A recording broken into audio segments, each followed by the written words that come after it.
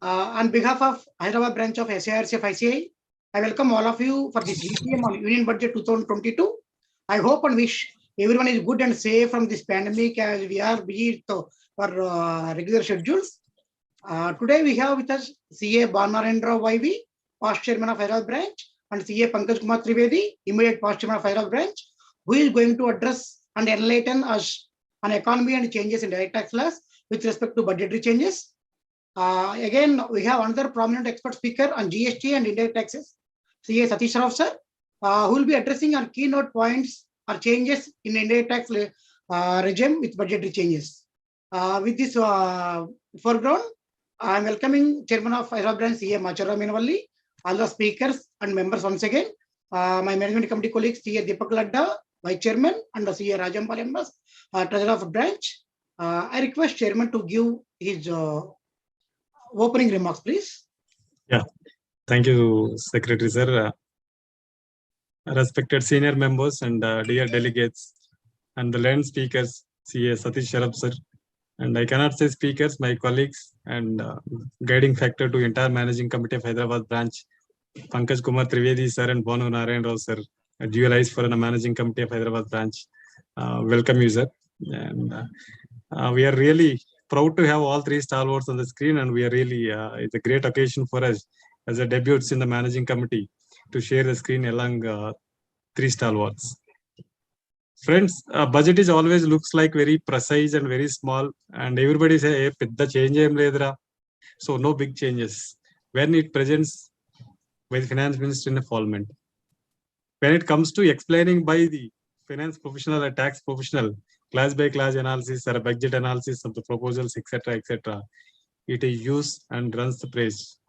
So the same situation, and that's what we requested Pankaj Kumar Trivedi sir, who is having more than 25 years of experience in the direct taxes, and Bonu Narayan Rao sir is also commendable knowledge in income tax and great speaker and senior speaker and the backbone for Hyderabad branch, Satish Sharaf sir. And thank you so much all the three speakers for accepting today our invitation of the managing committee of Hyderabad branch and joining here to share your knowledge, sir. Friends, we have Satish Sharaf sir here, and sir, managing committee is really over to you. We are very much thankful from the Hyderabad branch members and managing committee, sir. And whenever we request Satish bhai, with a minimum time, it's not even 12 hours. So sometimes we call him within 2 hours or 3 hours also. He always stands for the Mother Institute. That is his commitment for the Mother Institute. Thank you, Satish Sharabai. And last managing committee meeting also, I requested all the members to minute about your great support for Hyderabad branch. And last 3 years, Satish Sharaf sir has organized a wonderful series on a GST. Particularly last year and this year, sir has done 20 days and 3 months programs on GST programs, which is a landmark programs in entire India. And very important thing here, no managing committee member is involved in the entire process. Only Satish sir, one and only the Satish sir, coordinated with all the national speakers and organized these webinars. And along with that, he also trained more than 25 people. I'm saying for the last 3 years. Before that, Satish sir, sorry, I don't know actually. Last 3 years, he has trained more than 15 youngsters who can speak now and we can share the ideas now with along with the seniors, particularly on the GST topic. Thank you, Satish sir. Thanks for having today, joining today with us. Pankaj sir is a Mr. Perfect, and sorry Pankaj sir for troubling you after we planned for this budget session, and unfortunately you got a COVID positive. And again, yesterday also I spoke with him. He's having a 103 fever. Not only Pankaj sir, entire family is also struggling with this COVID. Still, with a great commitment, he joined today to share the tax knowledge along with our members. And as I told you, with this problem, with this sickness of pandemic also, he tied his pads. He loves the cricket. That's what he ties his pads and ready to bat today in this pitch. Thank you, Pankaj sir, joining with us. And Bonu sir, no words, Pedanaya, always walks on a talk. Great guidance from Bonu sir and commendable leadership for all the 5 debates in the present managing committee, along with Pankaj bhai. Strong knowledge in taxation. And sorry, Bonu sir, మిమ్మల్ని తిడతాను, మీరు ఏమనుకోవద్దు. పావులా ఉండి రూపాయి చేసే ఈ రోజుల్లో పావల నెత్తి మీద పావల ఉంటే రూపాయి అమ్ముకునే ఈ రోజుల్లో మీ దగ్గర 100 రూపాయలు ఉండి పావల అమ్ముకోలేని చేదస్తపు మనిషి, ట్రెడిషనల్ పెద్దన్నయ్య, నిగర్వి, నిలువెత్తు మంచితనం మూర్తి భవించిన మా పెద్దన్న బాను అన్న. ఇంతకన్నా తిట్టడానికి వర్డ్స్ లేవు. And very knowledgeable personality in taxation, particularly appeals and tribunal matters. I welcome all the three knowledgeable people and great speakers for the today's session. And I thank all the managing committee members, Deepak Bhai, Rajam and Satish, and ACS is not here. Sorry, he's also informed that. And I also thank Central Council members and Regional Council members, their absentia. And a special thanks to all the delegates for joining here. Over to Satish Kumar. Thank you so much. Thank you, Chairman sir, for your wonderful opening remarks. From branch side and from members side, we are really thankful to you to be with us. Before going to the session, it's our privilege to introduce today's speakers. A brief note, I am requesting CA Deepak Ladda, Vice Chairman of Hyderabad branch, to introduce CA Pankaj Kumar Trivedi, please. Thank you, Secretary Satish Kumar Bailavarpu, sir. Good morning, friends. It is my privilege to introduce my chairman, because I was secretary during his tenure, CA Pankaj Kumar Trivedi, sir. CA Pankaj Kumar Trivedi graduated from Badruka College of Commerce and Arts in 1986 and qualified as a chartered accountant in January 1989. He completed his articleship from Mrs. Bharatachari and Company. He is a senior partner in the firm Trivedi and Bang. He is managing committee member of the branch of SIRC since 2016 and served as a chairman of Hyderabad branch in the immediate previous year. Hyderabad branch won award at national level during his chairmanship.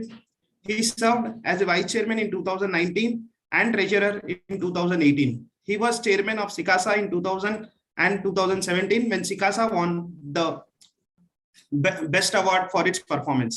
He was also committee member of Hyderabad branch of SIRC of ICI during the year 1998 to 2000. He was regularly co-opted as a member of various committees constituted by ICI at central, regional and branch level. He is a panel speaker in various institutions and has regularly presented papers for Hyderabad branch of ICI and SIRC on various topics of academic interest. His main area of practice is payroll accounting and TDS return, and is consultant to various multinational companies like Genpact, DE Shaw, Arisum India Private Limited, Synchrony Financials, Qualcomm, Deloitte Group of Companies, and so on. He is a keen follower of cricket and loves to listen to soft Hindi songs. With this, present speaker, and over to Secretary, sir. Thank you, Deepak. Now I am requesting. Satish, 1 minute. So I request all the delegates, no need to put any message or in chat box your name and membership number. Based on the Zoom details, CPRs will be given. Yeah, please, Satish. Thank you, Chairman. Yeah. Now I am requesting CA Rajambal MS, Treasurer of Hyderabad branch, to introduce CA Satish Saraf, sir, please. Thank you, Satish. A warm welcome to the Chairman Hyderabad branch, Vice Chairman, and all the committee members. Speaker for the day, Satish sir, Pankaj sir, and Banu sir, and all the delegates. I can see about 200 odd delegates. Thanks a lot for joining so early in the morning. And I'd like to introduce Satish Sharaf here today once again, I must say, because I've been introducing him whole throughout the tenure of 3 years. Satish Saraf, practicing chartered accountant at Hyderabad since the year 1999 and has experience of 22 years in various areas specialized in value-added tax, central sales tax, and GST. He is a graduate of commerce and graduate of law from Osmania University, fellow member of ICI. He is director, HS Tax Advisory Private Limited, and partner Satish Saraf and Co. Chartered Accountants. He was coordinator for technical guidance sales tax audit in the state of Andhra Pradesh, published by ICI in the year 2000. He was convener of Hyderabad Study Group on GST, constituted by Indirect Tax Committee of ICI. He's prepared part of background material on GST law published by ICI. He was a managing committee member of Hyderabad branch of SIRC during the year 2007 to 10. Hyderabad branch SICASA was awarded best branch during his chairmanship of SICASA. He was involved in identification of GST faculty for Indirect Tax Committee of ICAI. He's been entrusted the job at Hyderabad, New Delhi, and Mumbai. He's presented more than 300 technical papers at various forums, including national conferences, mega conferences, corporate forums, and other seminars across the country. His article titled GST Tool for Development of Society, published in prestigious CA Institute Journal in December 2021. He is a columnist on GST in Inadu Telugu Daily. He represents the Institute of Chartered Accountants of India in Telangana State GST Grievance Redressal Committee for the year 2020 and 21. And he's been a special invitee to the Indirect Tax Committee of FTCCI for the year 2021-22. I present the speaker to you. Back to Satish. Yeah, thank you, Rajam, for your wonderful introduction. Deepak sir, I'm giving one more privilege to introduce CA Bhanarendra Garu, our past chairman, please. Thank you, Satish sir. Again, a second time opportunity to the person who has handholded my hands when I just stepped into the committee in 2019. CA Bhanunarayan Rao is a BCom FCA and qualified at DISA. He qualified as Chartered Accountants in the year July 1989 and has been practiced since then as a founder partner of Mrs. VSMB and Associates Chartered Accountants Secunderabad. Taxation and auditing are the core areas of practice. He practices in the field of direct taxes on the original side as well as on the appellate side up to the Income Tax Appellate Tribunal. He has over 30 years of experience and has given lectures on different topics of direct taxation at various forums for the past 15 years. He was elected to the Managing Committee of Hyderabad branch of ICAI twice, first for the period 2016 to 19, in which he termed as the branch as Treasurer, Secretary, and Vice Chairman. And again for the period 2019 to 22, he served as the Chairman of the branch, as we all know, during the year 1920. He also serves society through the Lions Club of International and held several posts in the Lions Club, as well as the organization, including that of a Cabinet Secretary rank of Lion District 320C in the year 2014-15. He is a leadership trainer in Lions Club, as well as trains Lions Club members and students on personality development and public speaking. With this, I present third speaker of the day, CA Bhanunarayan Rao, before the August audience, and back to Secretary, sir. Yeah, thank you, Deepak, for your introduction. Chairman sir, before handing over to Satish Sharaf sir to take as a program coordinator, I request you to announce Saturday program, please. Yeah, thank you, Satish. And as you rightly told, I requested Satish sir to coordinate this entire budget session. And Pankaj sir, Bhanu sir, as we discussed yesterday, PVS Prasad sir, the senior speaker for an Hyderabad branch, and sir is accepted to take a session on Saturday. Saturday is 11 to 1 session, sir. It is class by analysis of all budget tax proposals. And we are also missing Vikram sir. He's also not well actually. So I requested Pankaj sir to coordinate with Vikram sir also. Friends, please remember Saturday we are having a class by class analysis by PVS Prasad sir, 11 to 1 session. Thank you. Over to Satish sir. Satish Sharaf sir. Yeah. Chairman Hyderabad branch, Macharrao Meenavali, Vice Chairman Deepak Ladda, Secretary Satish Kumar Mailavapu, Treasurer Rajambal MS, and other managing committee members of Hyderabad branch, all the past chairmen and regional council members and central council members of Hyderabad, and my fellow professional speakers of the day, and all the delegates who have attended this seminar, attending this webinar, and a very warm good morning to one and all. Chairman sir has asked me to be the program director for the session. I thank him personally for giving me this opportunity to be the speaker and also the program director of this session. So friends, yesterday myself, Bhanunarayan sir and Pankaj sir had a discussion, and we three together, we have decided that first we'll be having the direct taxes proposals in budget 2022, and Pankaj sir will be taking us around some provisions around for 20 to 25 minutes. Then Bhanunarayan sir will speak on the other remaining provisions, and then after both of them complete, I will be taking you to the GST proposals in budget 2022. So this program, what we have planned today. So next 2 hours is going to be the brainstorming on budget, Union Budget 2022. So I request Banu Narayan sir and Pankaj sir to, as per their convenience, they can start the presentation on Union Budget 2022 with respect to direct tax proposals. Over to Pankaj sir and Banu Narayan sir. Thank you, Satish bhai. Banu Narayan, if you are there, Sir, generally what Pankaj sir, we had sorry. thought- So Pankaj sir, sorry, Banu sir has lost his connection, I think, sir. Okay, I don't know. You can start, sir. You Yesterday, can start. yeah, between us, we had thought that in between the two great speakers, no one will notice me.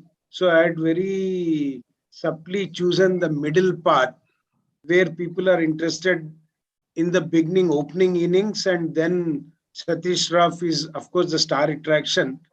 And I wanted to speak in between.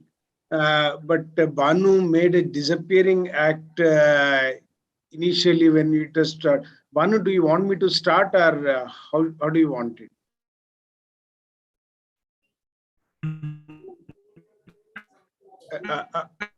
As we and in relay race, the best runner speaks the last. He runs the last lap, and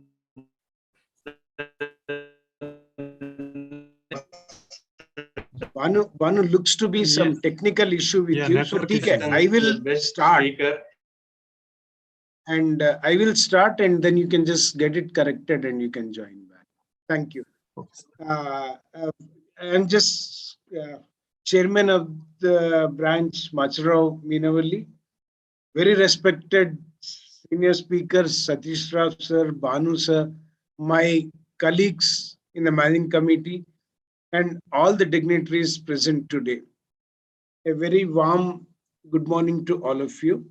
And today, in fact, ideally what happens is the branch very quickly comes up with some budget analysis, which will be as a trailer to the movie, which will be acted, directed, produced by CA PVSS Prasad.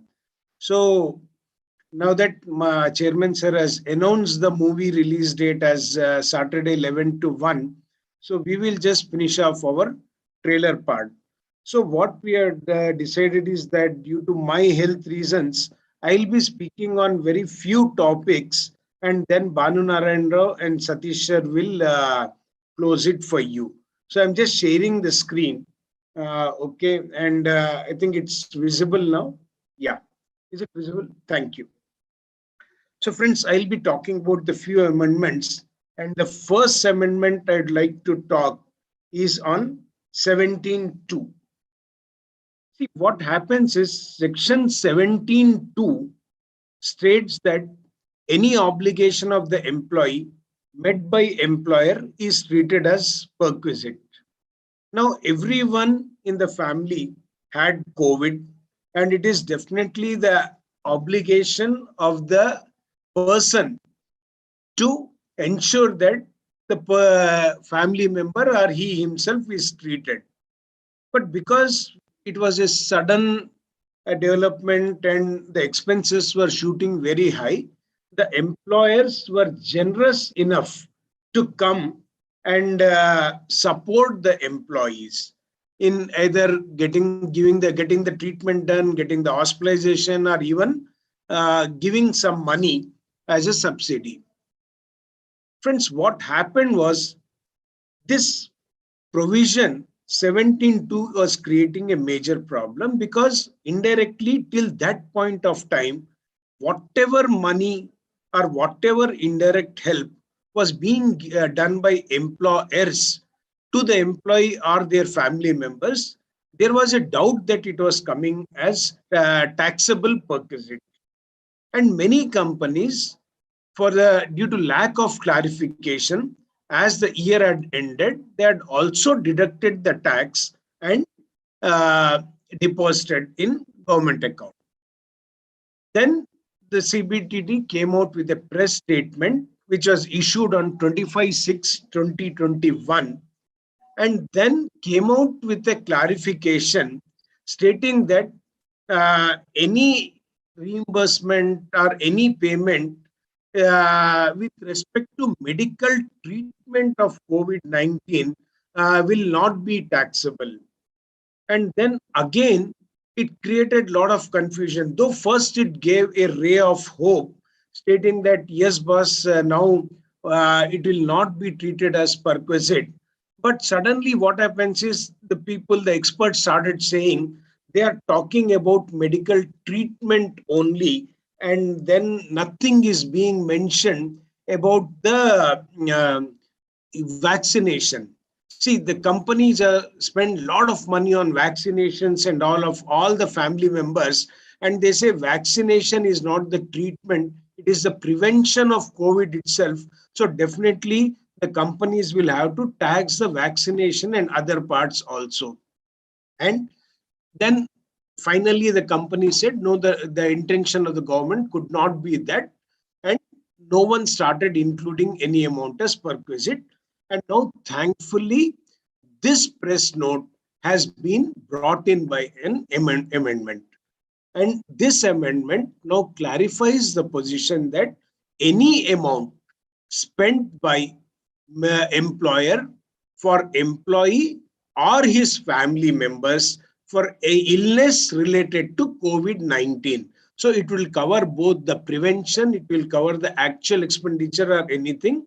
So from employer side, it is very, very clear that even though any amount is spent, it will not be a taxable perquisite. And this is a very welcome clarification which has been brought. Otherwise, many companies were internally suffering here. So now we don't need to worry about taxing the medical reimbursement for COVID-related illness. But connected to that was 56.2. We know that 56.210 states any sum of money received without consideration in excess of 50,000 is taxable as income. Now, again, what they did in the press note also, they had mentioned about the amounts received from the employer. But what they used the word was again treatment.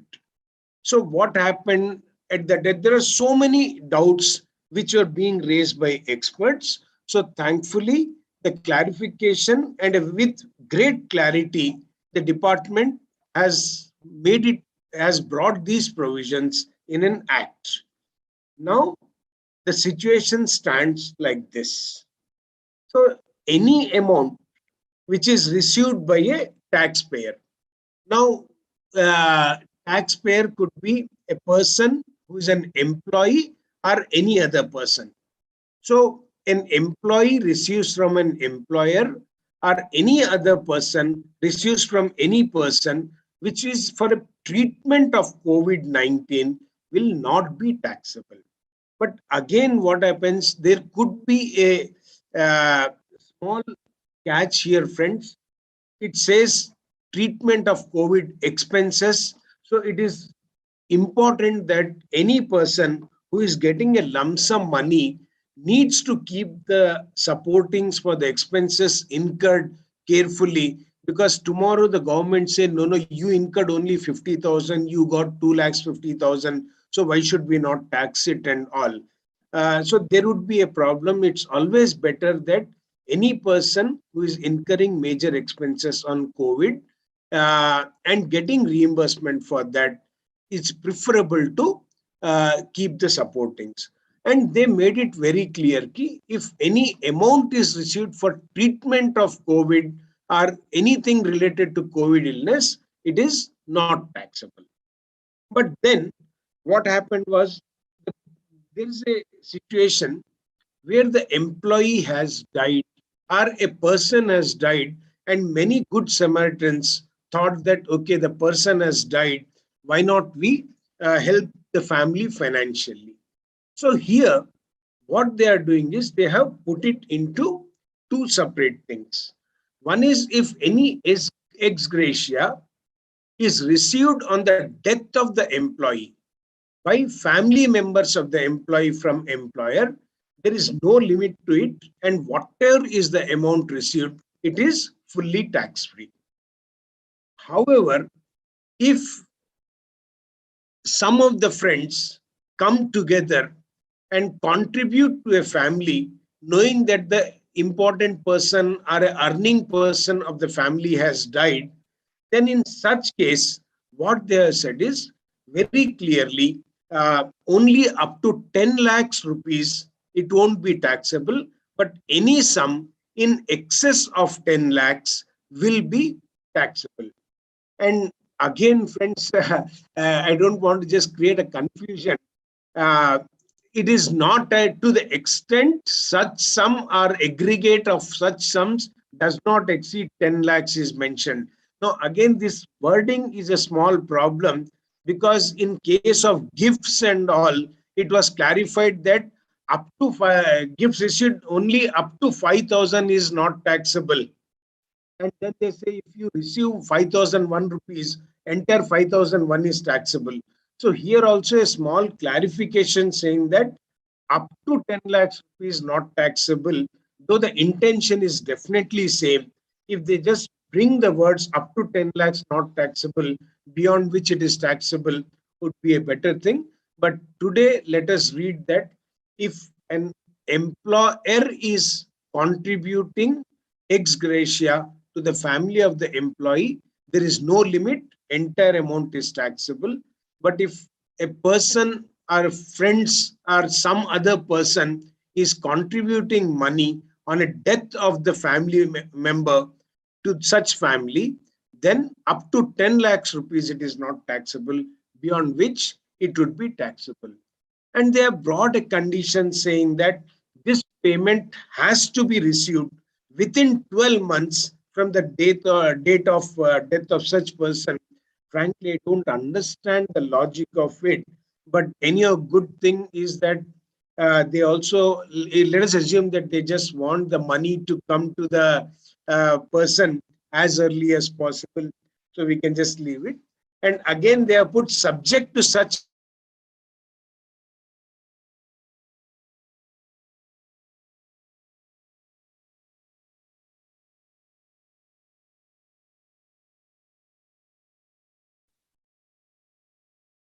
Satish, are you able to hear? Yeah, I think some problem is from Pankaj sir. Maybe technical issue. Just we'll wait for 30 seconds. Pankaj sir? Yeah, I'll call him.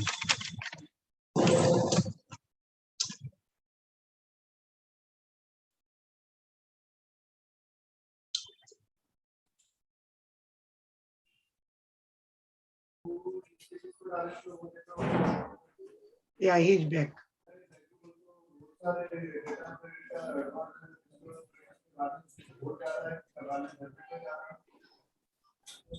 Unmute, sir, unmute. Sorry, I lost the connection. I'm just sharing this. It's okay, sir.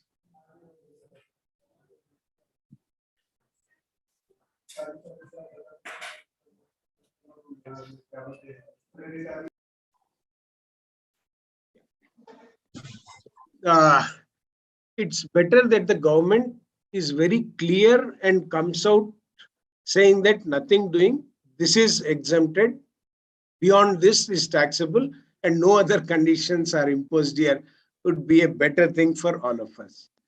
So the first change is any expenditure from employer side of you, you don't have to tax anything as perquisite.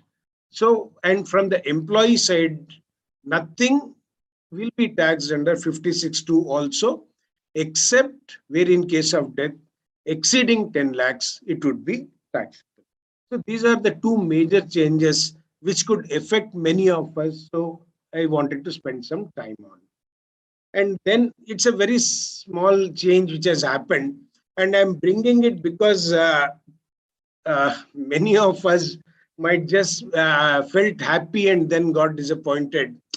Here, what happens is there is a rule 80 CCD which says that employer contribution up to 14% of the basic salary was exempted for central government employees, and for state and other employees, that is a private sector employees like us, employer contribution, only up to 10% of the basic salary was exempted.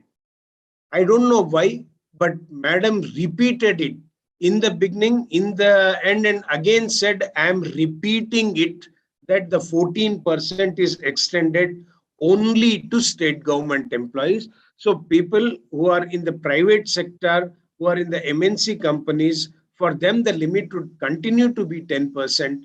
But for the state government employees, now they can go for contribution up to 14% of the pay salary as tax free. The next one is again a very simple direction which has happened, again which was introduced to remove the practical difficulties being faced. We have section 80DD. So where if I have a person who is a physically handicapped or a mentally retarded dependent, I can either take a certificate and I can just claim a tax benefit of 75 or 1,25,000 depending upon the percentage of disability, or I can also have an option where in a scheme of LIC or any other insurance company, I will be started depositing the amount. Okay. So when I deposit the amount, I will be covered under insurance, and the person who is actually physically handicapped or mentally retarded will be shown as dependent. So generally a feeling where if I die in between, then I might be mentally attached to this person, and I always must be having a feeling if suppose I go away, then there will be no one to treat such person. So in such situation, I keep paying some premiums or so that as long as I am alive, I will be able to take care. But if something happens to me, at least the dependent will have the money. And what they say was, wherever if I die, the dependent used to get the money and it was not taxable in his hands. But then a situation started coming where the dependent itself dies before me. So where the dependent dies before me, then what happens is the money is received by me. And what they said was, the money received is exempted, but whatever amount I have paid in the year of receipt, that entire amount will be now taxed in the year of death. Then a problem started when some LICs and all started coming out with a scheme where they say if the annuity age is 60 years, so when you attain the age of 60 years, then you start getting the money.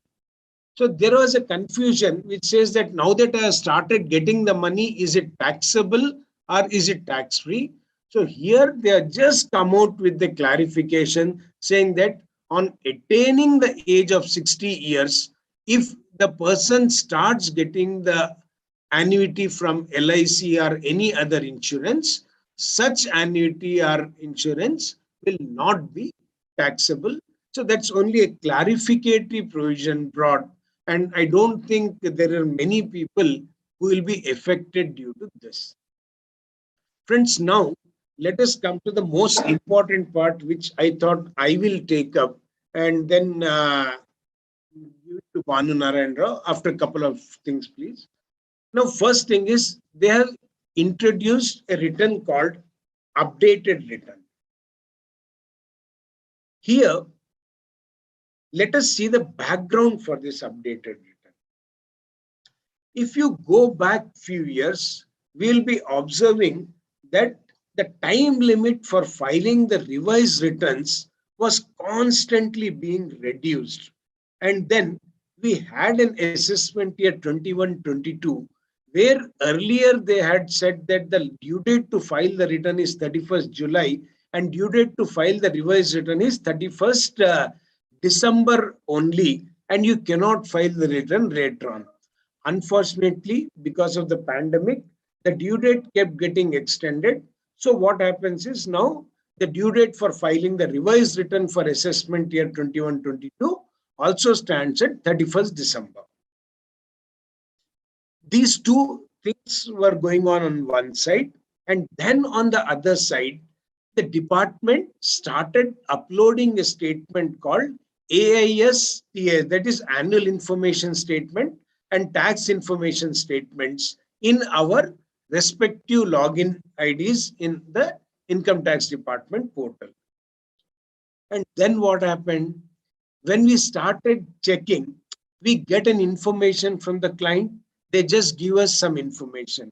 And whenever we check the AISTS and start questioning them, it has happened that at least 90% of the people, it was found that they had suppressed the data. They did not bother to inform this to auditor, or they did not bother to use this for filing the returns. And a massive income was escaping assessment. So then what happens? Sorry. Banu? Sorry. Can I continue, Banu, or you want to say something? Yeah, sorry. So now we observed that there's a massive income which was not being taxed. So based on the experience of now filing the returns for assessment year 21-22, the clients, many clients should have genuinely realized that they have missed filing this data in the previous year also. But there was no chance for them to go and file the returns. From the department point of view also, it was not very simple, where they can just write the letters to them saying that it is missing and all, and they had to take a legal route of 148 and all and do it, which would require a lot of administrative work. So very intelligently, I think it was one of the smartest move by some of the officer who understands the working very well. Very intelligently, they brought the concept of updated return. And now a very simple English meaning says that a person who has already filed the return or done something can update the activity. But here they say, don't worry, whether you have filed the return or not, you can still file updated return under section 139 by clause 8A.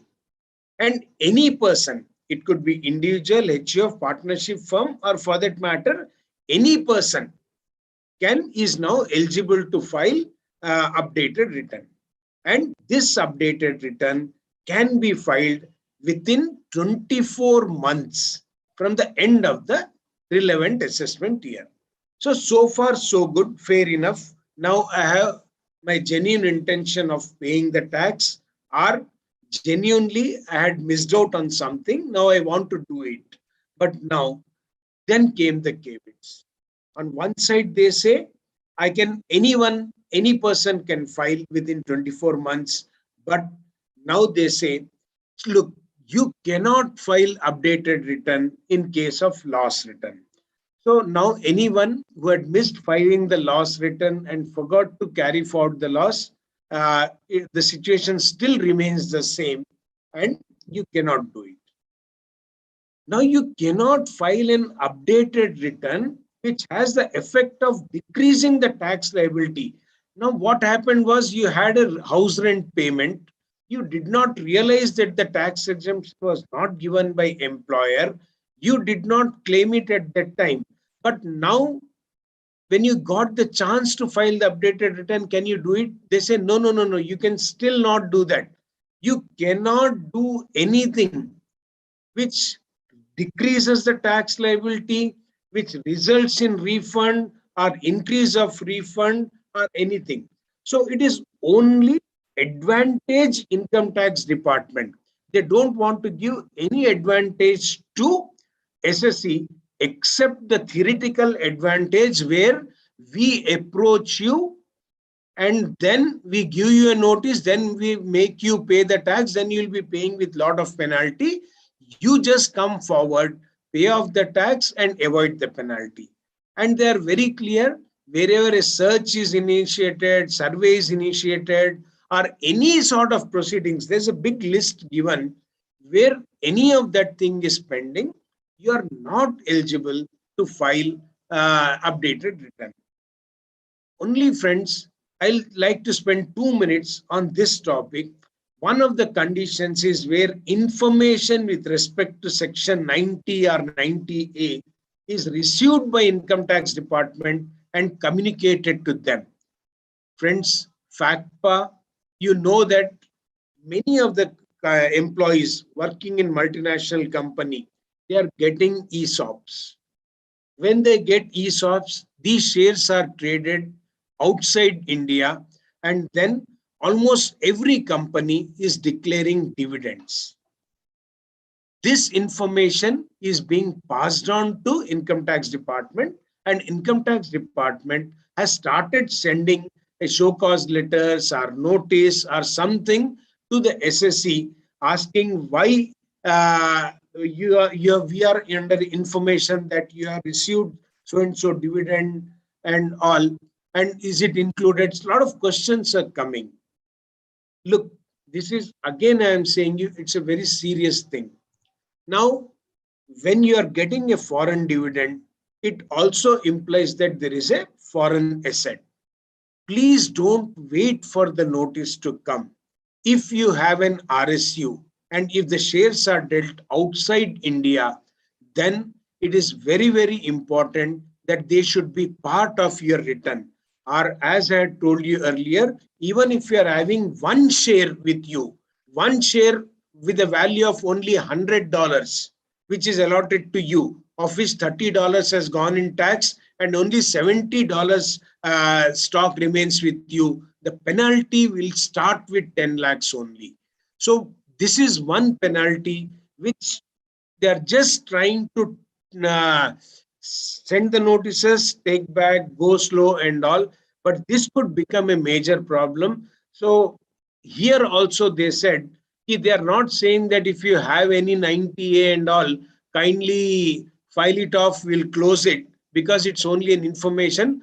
But they are saying that even if we have informed you about this transaction, you cannot file an updated return. And this definitely signifies certain not very good intentions from income tax department as I feel it. So be very careful. So these are the cases where we cannot file updated return. And then what we need to do is when you are filing the updated return, you cannot simply file it. They say that you have to pay additional income tax.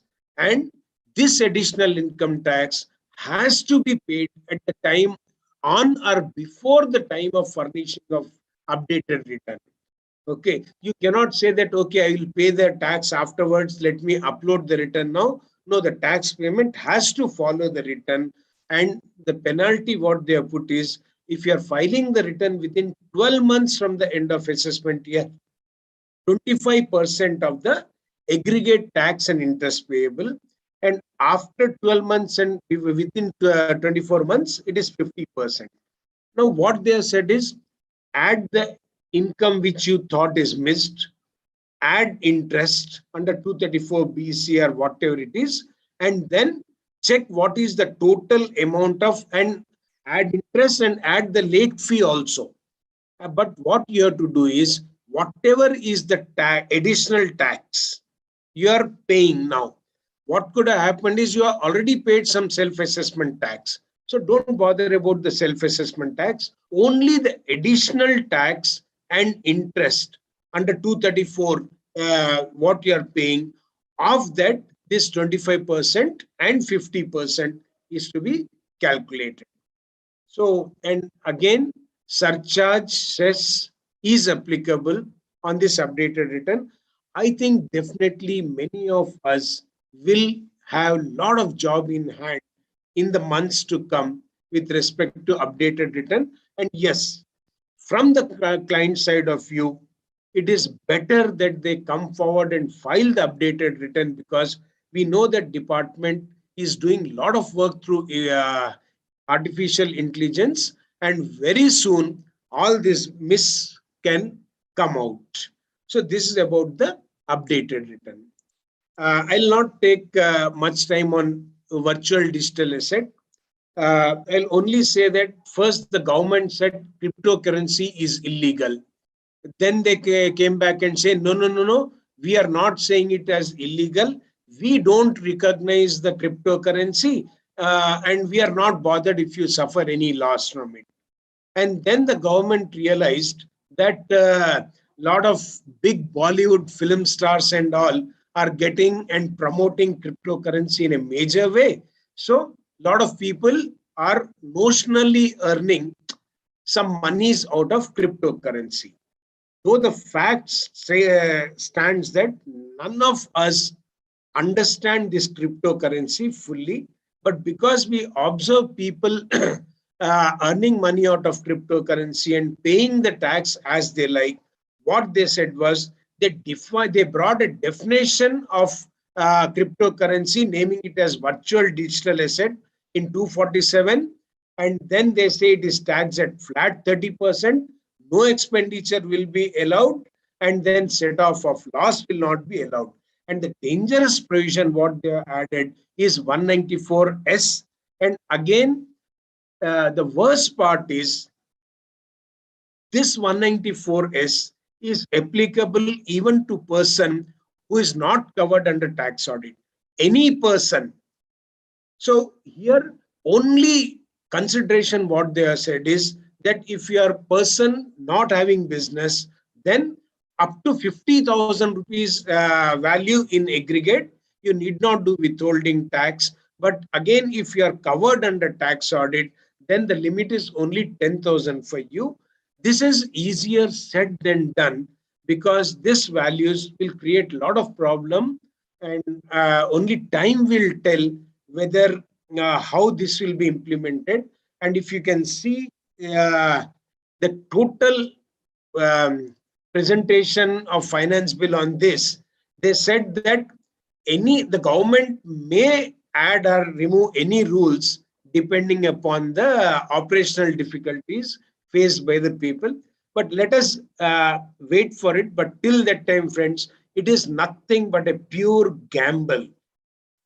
Don't get involved into cryptocurrency is a suggestion from a friend. That's all. But yes, if you still involved on your profits, you pay 30%. You also do withholding tax on that.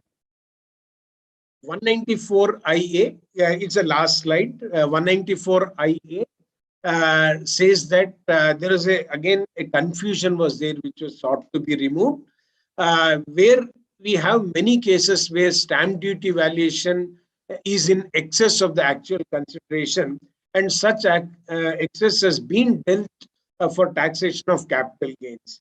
But they brought a clarification even in TDS provisions, which said that if your stamp duty valuation is more than the actual consideration, even that 1% TDS has to be done, keeping the higher value in mind.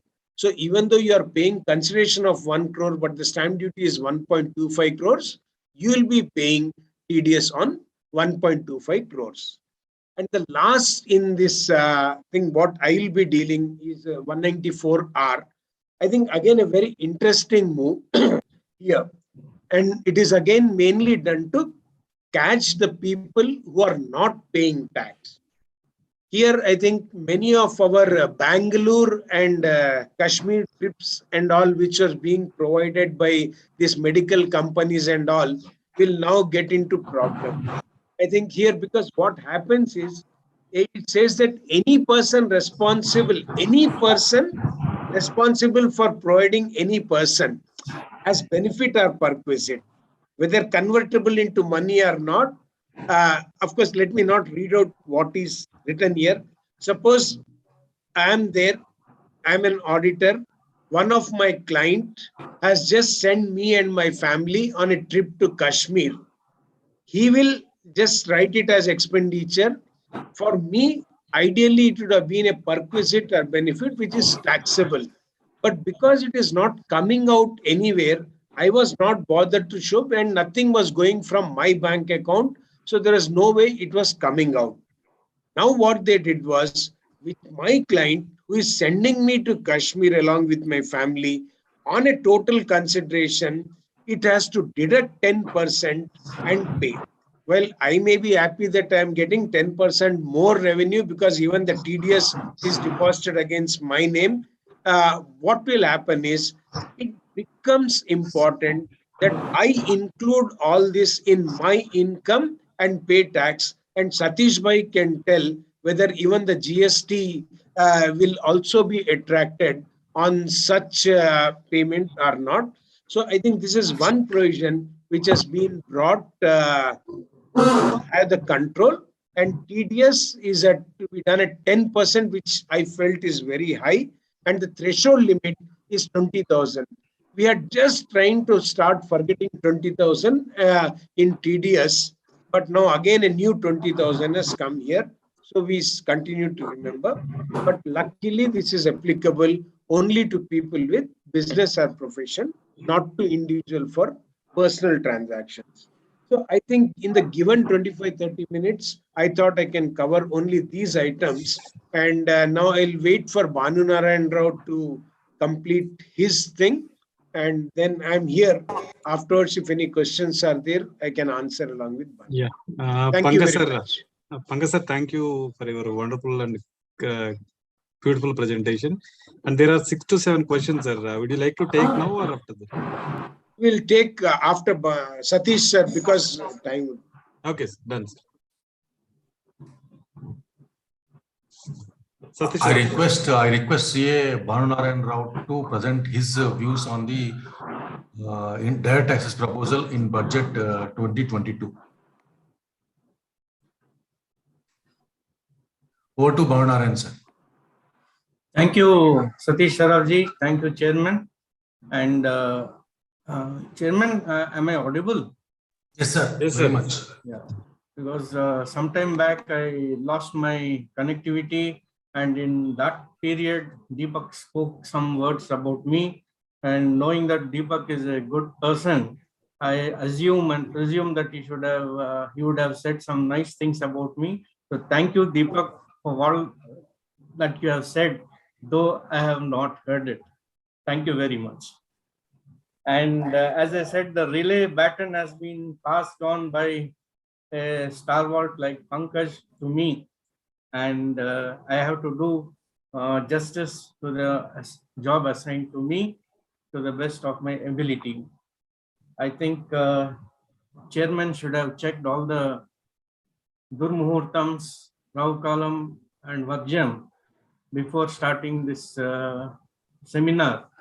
But I think since our finance minister has started with a non-obstant statement that this is an Amrit Kal budget, so any time is good time.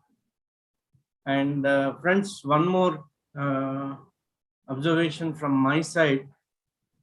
I think the budget was presented on first around this time, so we are 48 hours old, and most of you might have got expertise by now by reading and also listening to stalwarts on first evening and throughout the day yesterday. हमसे बेहतर कहने वाले से आप budget के बारे में बहुत कुछ सुन लिए होंगे और समझ गए होंगे, फिर भी हमारी कोशिश रहेगी कि we will share what we feel should be shared with our esteemed and learned professional brethren and colleagues. Sir, I have just gone random. I'm not going clause by clause because this is not a clause by clause analysis, but whatever I feel may have some impact on day-to-day practice for most of the people. I'll be covering a few topics. Amendment of Section 40. Section 40 has been a section which says that while computing the business income, income tax paid shall not be allowed as a deduction. And this has been there since ages, and we're all tuned to all what will be disallowed. But there will be some people with a lot of expert knowledge and lateral thinking. So they have come up with a argument that education cess and surcharge should be allowed while computing taxable income. And some courts have also agreed with that view. So to circumvent that and overcome those case rulings, especially the popular thing called Sesa Goa Limited versus JACIT case, the government has now come with a clarificatory amendment that the term includes and shall be deemed to have always included surcharge or cess by whatever name called. Thus, no deduction shall be allowed for surcharge and cess. It is a clarificatory amendment applicable from 1/4/2005 onwards. So this is fairly simple, and we need not spend much time on that. And going ahead to the next, incentive for the manufacturing company.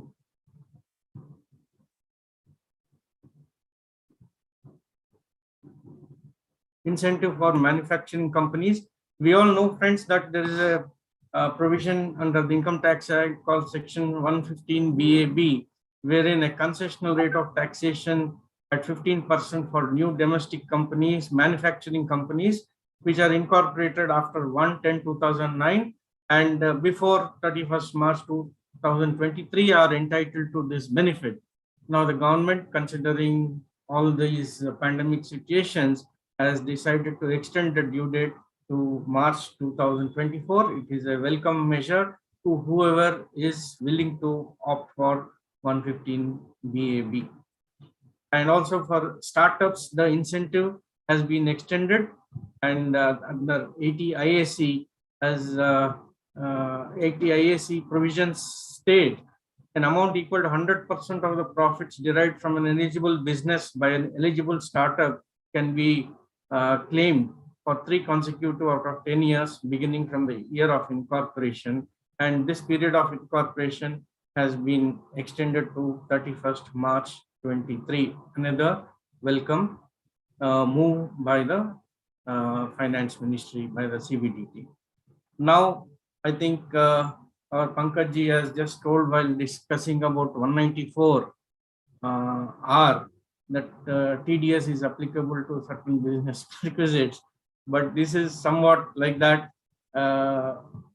Section 37(1) is proposed to be amended that in expenditure incurred to provide any perquisite to a person shall not be a deduction for business purposes if it violates any law governing the conduct of such person in India or outside India.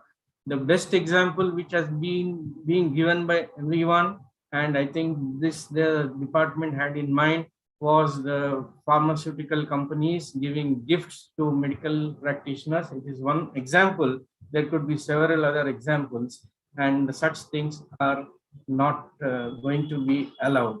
And another thing is, if there is any offense, a penalty, and you have always incurred an expenditure on any purpose which is an offense under or which is prohibited for the time being in force in India or outside India, that expenditure also will be disallowed.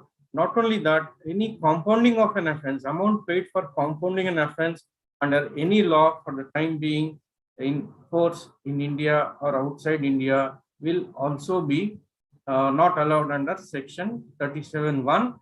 This will be applicable from assessment year 2022 and 23. And friends, as an AMT by cooperative societies, the cooperative societies under the MAT would be paying tax at 18.5%, and this has been revised downward. Revision has been done, and it will be 15% on par with MAT for companies.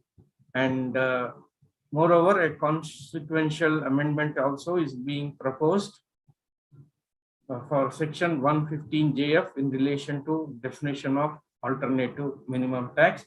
This is also a very welcome move by the cooperative societies, and this demand has been there since long, and even in the pre-budget memorandum, these issues were discussed.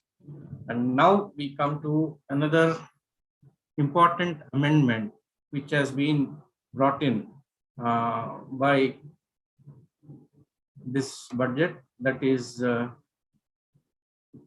section 79A, which states that there will be no set of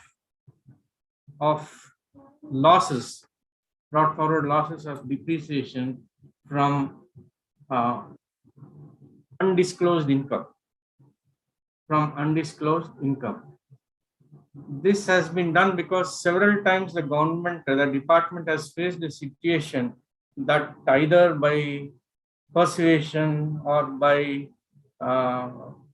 threat or whatever means the officers are used to do in a search or a survey operation, they get a sizable amount as a declaration, and that declaration will be watered down by the taxpayer when the return of income is filed and assessment is done because of huge brought forward losses. And ultimately, the declaration will be high, but the tax will not be commensurate with the declaration, and there will be huge disappointment for the persons who have conducted the search operation. So it says that notwithstanding anything contained in this act, where consequent to a search under section 132 or a requisition under section 132A or the survey under 133A, other than under 2A of that section, the total income of any previous year of SSC includes any undisclosed income, no set off against such undisclosed income of any loss, whether brought forward or otherwise, or unabsorbed depreciation under section 32(2) shall be allowed under any provision of this act in computing his total income. So if somebody is searched, then God be with him, because not only he will be liable to pay taxes at under 115 BBE, he will not be allowed to set off any loss, and also he will be having the threat of 272 AAB and all these things. So better we should advocate and we should advise our clients not to have any sort of a hope that undisclosed incomes will be better, but it is always advisable to disclose the income in full whenever we are filing a return. So as is the trend of the government of any country, they are tightening the nose on such undisclosed incomes. The section 79A will be applicable from 2023-24 assessment year, and this, well, we cannot find fault with the government, and my view is, yes, I appreciate the government for this step that they have taken. Next, disallowance under 14A. This is one of the most contentious provisions of the Income Tax Act, that whenever there was an investment, especially when dividend was exempt, so they used to invoke this 14A. What is 14A? We all know that 14A is nothing but disallowance of certain expenditure while calculating the taxable income, and that is governed by Rule 8D, wherein either the amount of expenditure directly relating to the income which does not form part of total income, and an amount equal to 1% of the annual average of the monthly averages of the opening and closing balance of value of investments which do not form part of the total income were being disallowed. It was a very retrograde step, because even when there was no income being, when there is no exempt income being earned, these provisions were being invoked and a lot of disallowances were being made, and the court said that it cannot be made, this 14A cannot be made invoked unless there is an exempt income, unless the taxpayer has earned some exempt income. Now the government proposes to amend 14(1) so as to include an abstented clause in respect of this which says that no deduction shall be allowed in relation to exempt income, notwithstanding anything to the contrary contained in this act. So that means this we have to be careful. But I think nowadays exempt incomes we have to be very earlier. So dividend was very common, but now it will be on a case-to-case study. And well, for agriculture income, companies having agriculture income, they may be affected and impacted, and also wherever they are getting some benefit of section 10 benefits, this issue may be examined. And now going on, moving forward, we have amendment to section 43B with regarding to disallowance of interest. Basically, it is being done to cover conversion of unpaid interest into debentures. As we know, as we just discussed earlier, we have some very interesting interpretations wherein it was advocated that since the interest payable has been converted into a debenture, it should be treated as interest paid. And this view was also upheld by some of the judicial pronouncements. So the government wants to plug this loophole, and there is a proposed amendment to explanation 3C, 3CA, and 3CD to 43B, so as to provide that conversion of interest payable under section 43B, respective clauses, into debenture or any other instrument by which liability to pay is deferred to a future date shall not be deemed to have actually paid. Then such interest on being converted into debentures is disallowed. Fair enough. I think it is very clear, and we need not go further into this. Now we come to one of the interesting amendments, that is section 68, cash credits under the Income Tax Act, which is a bone of contention between the assessees and the department, and a very fertile ground or area for a lot of litigation. Section 68 to 69A and this trust and capital gains. These are some of the very interesting areas where a lot of litigation has been happening since the inception of the Income Tax Act, and it goes on even till today. Now, as per the provisions of the present provisions of the Income Tax Act, we have to prove source for share application money or share capital that has been introduced for companies. Now that has been extended to any private borrowings also. It is proposed to amend the provisions of 68 of the Act so as to provide the nature and source of any sum, whether in form of loan or borrowing or any other liability credited in the books of accounts of an assessee, shall be treated as explained only if the source of funds is also explained in the hands of creditor or entry provider. Now here comes the problem, because taking loans from friends and relatives is common practice in India. No business house, very few business houses do not have unsecured loans. And most of the MSMEs have to resort to borrowing from friends and relatives because they do not get credit lines in time from banks and financial institutions, or they do not get capital subsidies on time. And to bridge in all these time lags and gaps, people take loans. Now, if the chairman is wanting to give me a loan, chairman, are you listening? I have to prove that you have source to give me the loan. And in case you borrow from Deepak and then give me, then Deepak also should have a source to give that loan. So this is going to be a cumbersome amendment, which is going to hit all of us badly.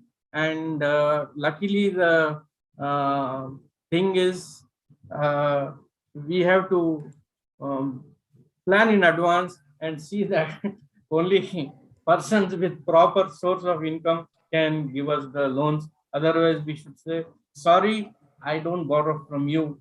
You may have money, but if you have no source, I am not interested in borrowing from you. Banu sir. Yes. Yes, Satish bhai. If Deepak happens to a bank, then what will be the situation? No, this doesn't apply to like that. That is what I'm coming to the next paragraph. However, this additional onus of proof of satisfactorily explaining the source in the hands of the creditor would not apply if the creditor is a well-regulated entity, that is a venture capital fund, venture capital company registered with SEBI, or these banks like SBI. You cannot ask SBI, please tell me your source, Mr. SBI, otherwise I will not borrow from you.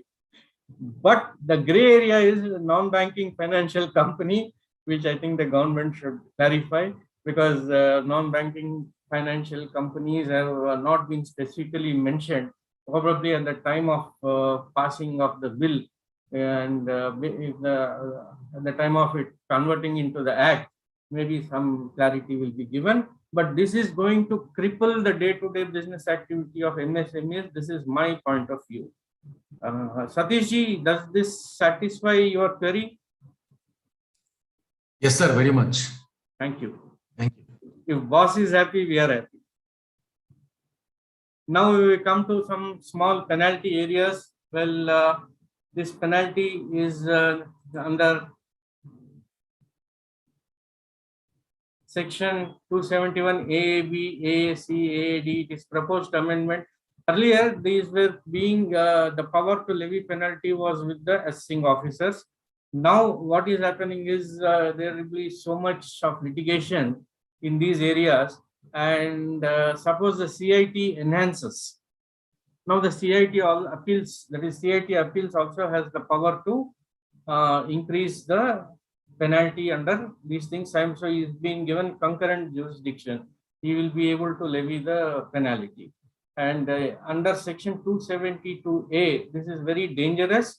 It is proposed to increase the amount of penalty from 100 rupees per day to rupees 500 per day for failures listed under section 272A subsection 2, like non-issue of TDS certificates, non-compliance of notice under 94(6), etc. So we have to be very careful and advise our clients accordingly that they should not delay when there is any notice issued by them, because per day it will cost them 500 rupees. Now there is another very important and very welcome amendment, that is 158 AB, no appeal on identical issues. This is a welcome step, sirs. As we all know, the department at the drop of a hat goes for an appeal against any favorable order received by the appellate authorities. CITA passes a favorable order, it will immediately, though the limits of tax effect are there, still citing that is overcome, citing the importance of the case, the importance of the judicial rulings, and they try to, at times, they try to overcome and the limits, the tax, that is the limits for appeal, and the cases are still being filed. So now, this new section 158 AB is proposed to be inserted. It proposed that where any question of law arising in the case of an SSE is already raised in his case, or in case of any other SSE for an assessment year which is pending before the jurisdictional High Court or the Supreme Court, then the collegium may decide and intimate the concerned PCIT or CIT not to file appeal at this stage to the ITAT or the High Court. The collegium shall comprise of 2 or more CITs or PCITs as specified by the board in this regard. And secondly is that once this is a procedural thing, how we will act and all, and suppose the case is decided against the SSE, then they can file the appeal. So this is a bit welcome, though the Damocles sword is hanging on the head, but still it is a welcome move, and I hope the litigation will be reduced and the tension, I won't call harassment, but the tension for the taxpayers will reduce. Now we have come to an area which has been tinkered a lot by this finance bill, that is the provisions regarding to charitable trust. Friends, the memorandum to the finance bill, which is the real document to look at the intention of the legislation. The intent of legislation is very important to interpret in the judicial proceedings, and also to understand why an amendment has been made. Pages number 81 to 103, pages number 81 to 103 have been dedicated to the changes for the trust. So it will take a very big seminar to go into depth and analyze the impact, but the sum and substance we can discuss here.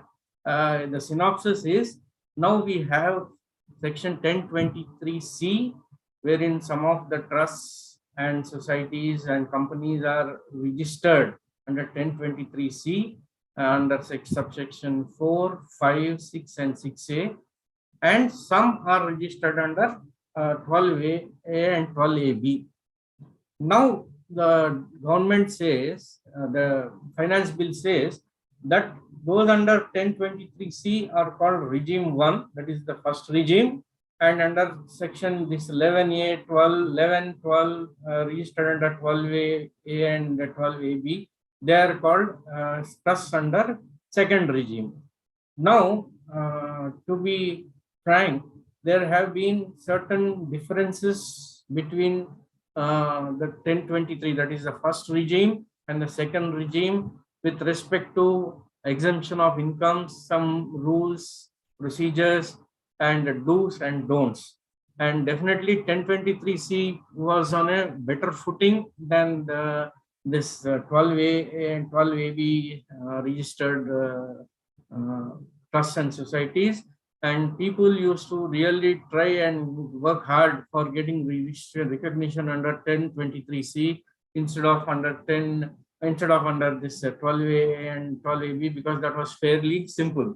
So now what the government has done is, what the finance ministry, that is CBDT, has recommended is, they want to rationalize both. See, they are making it applicable, what do you call, they'll be all the rules and regulations, the do's and don'ts will be applicable for both the regimes. That is the first regime 1023C covered by 1023C, and the second regime, that is the normal trust. Friends, here I would like to tell a personal experience. I have also some reasonably sized, mid-sized or more than mid-sized schools and colleges and some societies, which I have told them not to go for registration under these 12A and other things, and or under 1023C. They were very unhappy with me in the initial stages, but as the time elapsed, they're very happy with the advice, because don't go into that, enjoy whatever you want on pure business terms, pay some tax, take your salaries, take your perquisites, buy your cars, do whatever you want. Instead of going into that and getting into that strict vigilance, and the intention will be always to deny the benefit, citing some problem, some violation or the other, could be imaginary or real. And the government, the present regime is somewhat skeptical about all these non-profit organizations, or the non-NGOs as we call. Some of them are having a suspicious attitude towards them. So they are tightening all the loose ends. And I think that is a very big area for our chartered accountants. So let us try to get as many audits of trusts as possible, because the compliance levels have increased and definitely they do need our assistance. And fortunately, we have quite a few of experts amongst our brethren. So one day our chairman will definitely organize a seminar only on the amendments relating to the trust. So in sum and substance, I'll try to summarize.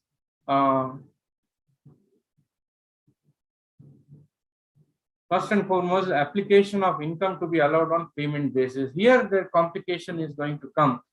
Trusts or institutions are required to apply 85% of their income for specified purposes. Any sum shall be considered an application of income in the previous year in which it is actually paid, irrespective of the year in which the liability to pay or was incurred by the trust according to the method of accounting regularly employed. That means if a trust, most of the trusts go on, some of them go on cash basis, for them there is no issue, but there are several trusts and big trusts which go on mercantile system. So they are being forced to go into hybrid system of accounting because the expenditure will be allowed, that is the application of income will be allowed henceforth only on actual incurrence, that is the payment. And now provisions have been introduced that in certain situations, the provisions have been introduced for taxation of trusts having commercial received over 20% of receipts in violation of the provisions of section 215. That is, any other public, general public utility, if they are carrying out for a fee by charging a fee or cess or whatever benefit is called, then it will become taxable.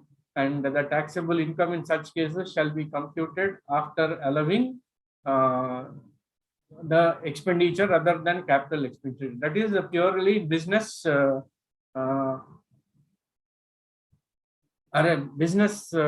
method of arriving at the net income. That is, expenses will be disallowed from the income, that to revenue expenditure.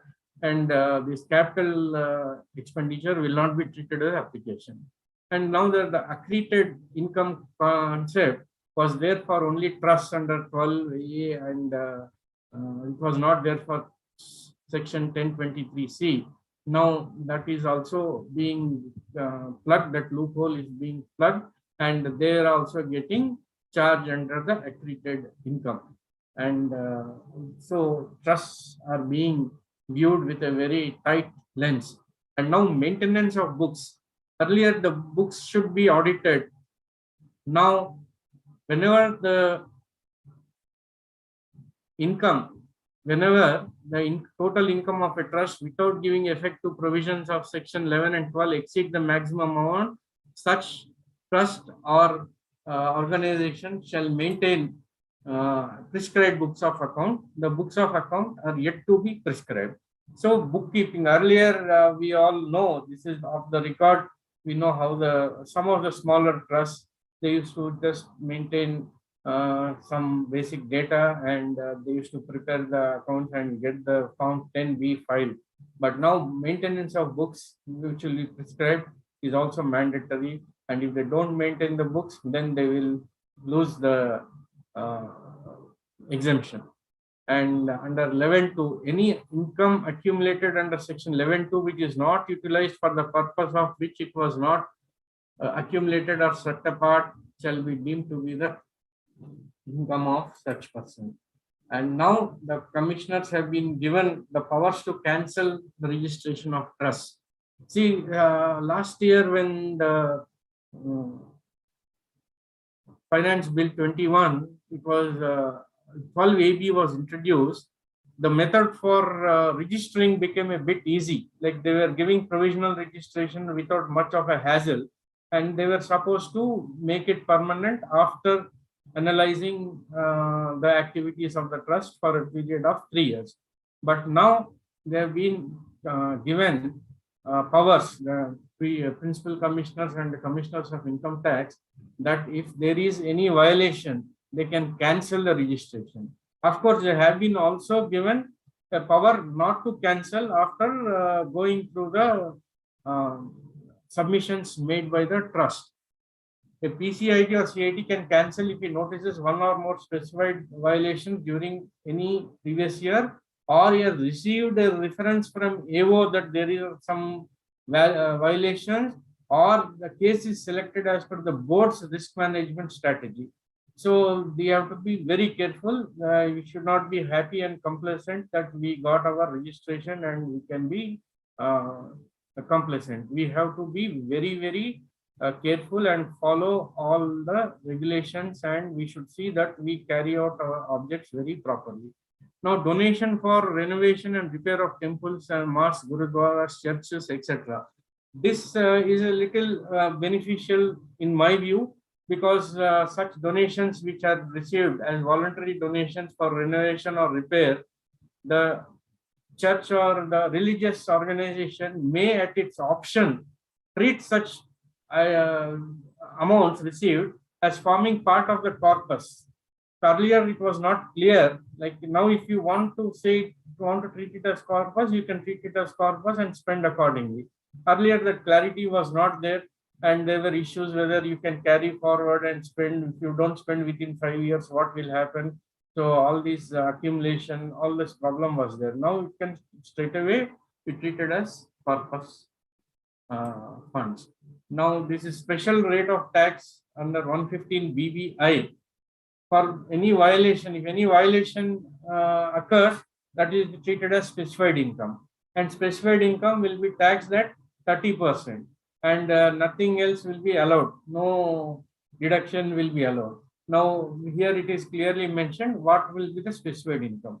That is income accumulated or set apart in excess of 15% of the income. That is 85% and 15% concept we all know. If that accumulation is not allowed under any specific provision of the Act, or any deemed income that is referred under section 11(1)(b) or 11(3), or investment of funds in an unspecified manner, or benefit to an interested person, or income is applied outside India in contravention of the provisions of section 11. Sorry to time up? Yeah, time up? No. Your PPT is not moving. Okay. Yeah, please, yeah. Okay, now that we have done some surface scratching on trust, because the tinkering has been very heavily made.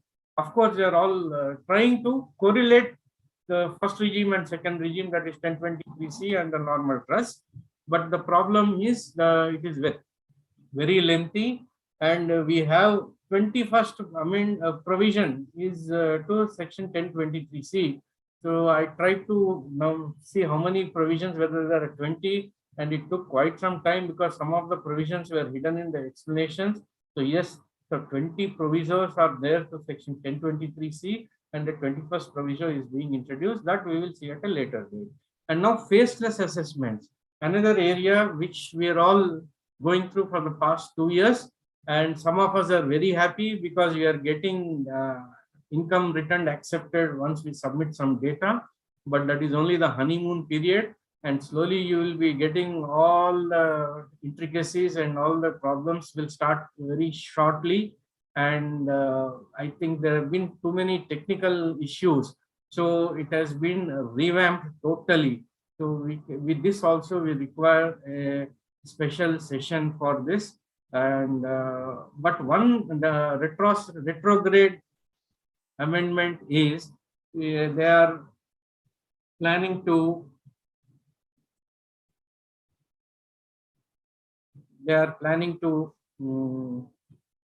delete section 144B subsection 9, which used to say 144, it was a saving thing, 144B9.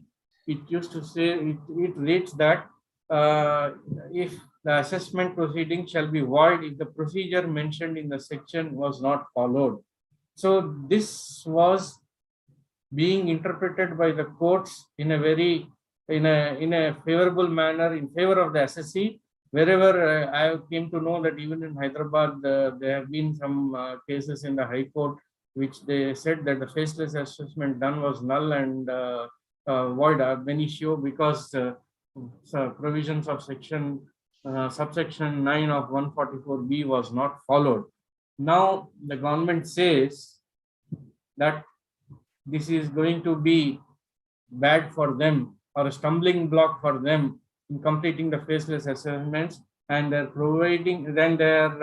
proposing to retrospectively remove it from the Act with effect from 1/4/2021. But friends, I think this will become a big area of litigation, because as you all know, all the entire assessment proceedings under the Income Tax Act depends on one word called satisfaction of the assessing officer. Now, satisfaction could be oral, it could be written, it could be, well, and I leave to your imagination. And entire law of the country is based on principles of natural justice. Even in criminal cases, this principle of natural justice has to be followed. It was laid down by the Supreme Court in the old case of A.R. Antule. And I think this is going to be challenged. And I think this proposal may be struck down, because it is totally against principles of natural justice. This is my view.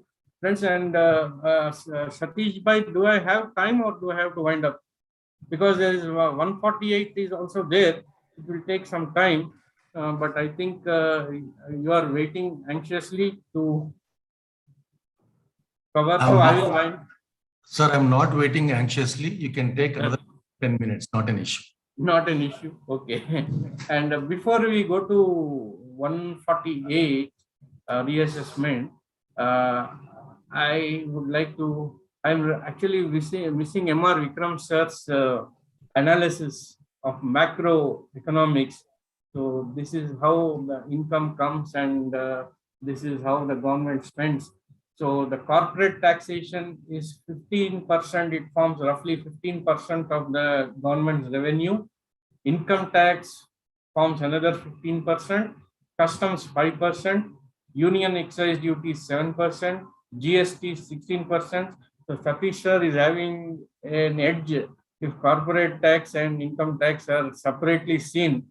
But if both are combined, like Pankaj and me, then the direct taxes seem to have an edge, sir. Satish sir, in lighter way. And non-debt receipts, that is non-debt receipts means sale of PSUs and sale of assets. Those things will form 2%. Non-tax revenue 5%. Borrowings and other liabilities 35%. I hope section 68 does not apply to, I'm sure, and it does not apply to government, so they can borrow safely from whomever they want. And where does the money go? That is also there in this. And the interest payments. It has been said that this budget is a booster budget for capital outlay. Yes, the capital outlay is being increased by 35% to 7.5 lakh crores over the revised estimate of 6 lakh crores of last year and 5.5 lakh crores of the budget estimate of last year. So definitely let us hope that the capital impetus that is being proposed by the government will really take shape, and in the long run it will be very useful. Now, some reactions of the budget. This is a normal reaction for any budget. It was in 1989, R.K. Lakshman sir said, his cartoon on the budget of the common man. My reaction to the budget, well, I don't know, I don't read it. But anyway, you can say that the poor are let down, the salaried class is hit, and it's a sellout to the rich. It holds even to this day. Friends, we may have so many different opinions as political opinions about the budget, but as professionals and as learned CAs, we should have a case-to-case study of the budget and should not get carried away by the political thought process, but we should see whether it is, we should weigh the pros and cons, and then only we should comment on the budget, and that is what most of us do. And here is a gem as to how he has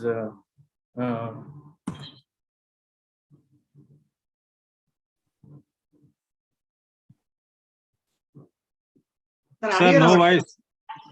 Audio is not coming.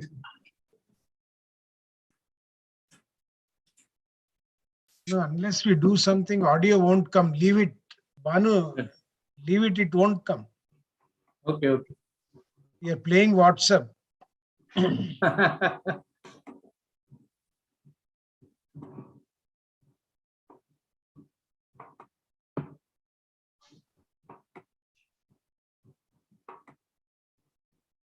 Now there is a small reassessment and assessment also has been dealt with by this budget. And I think here we can spend a little bit of time here.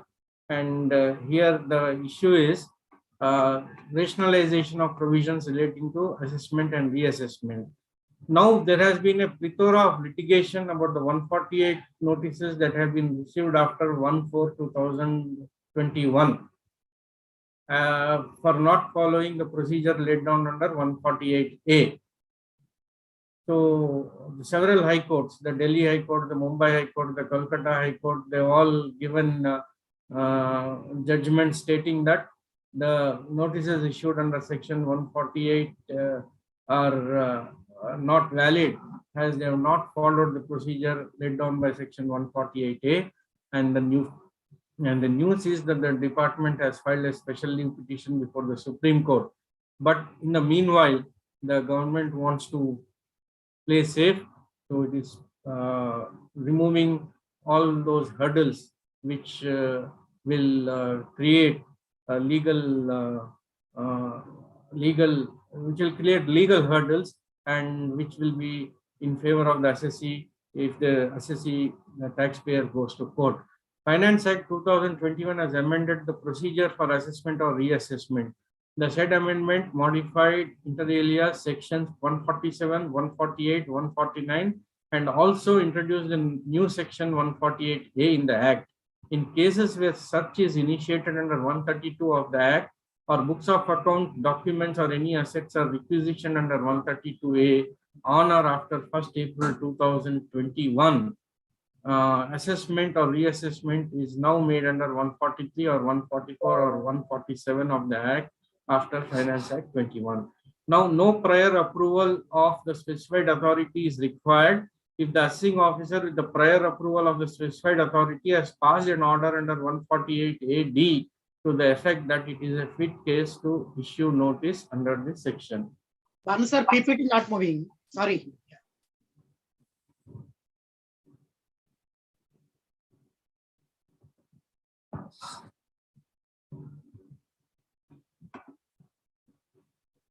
Okay, I will read it. I will just try to explain without the help of a without the help of PPT.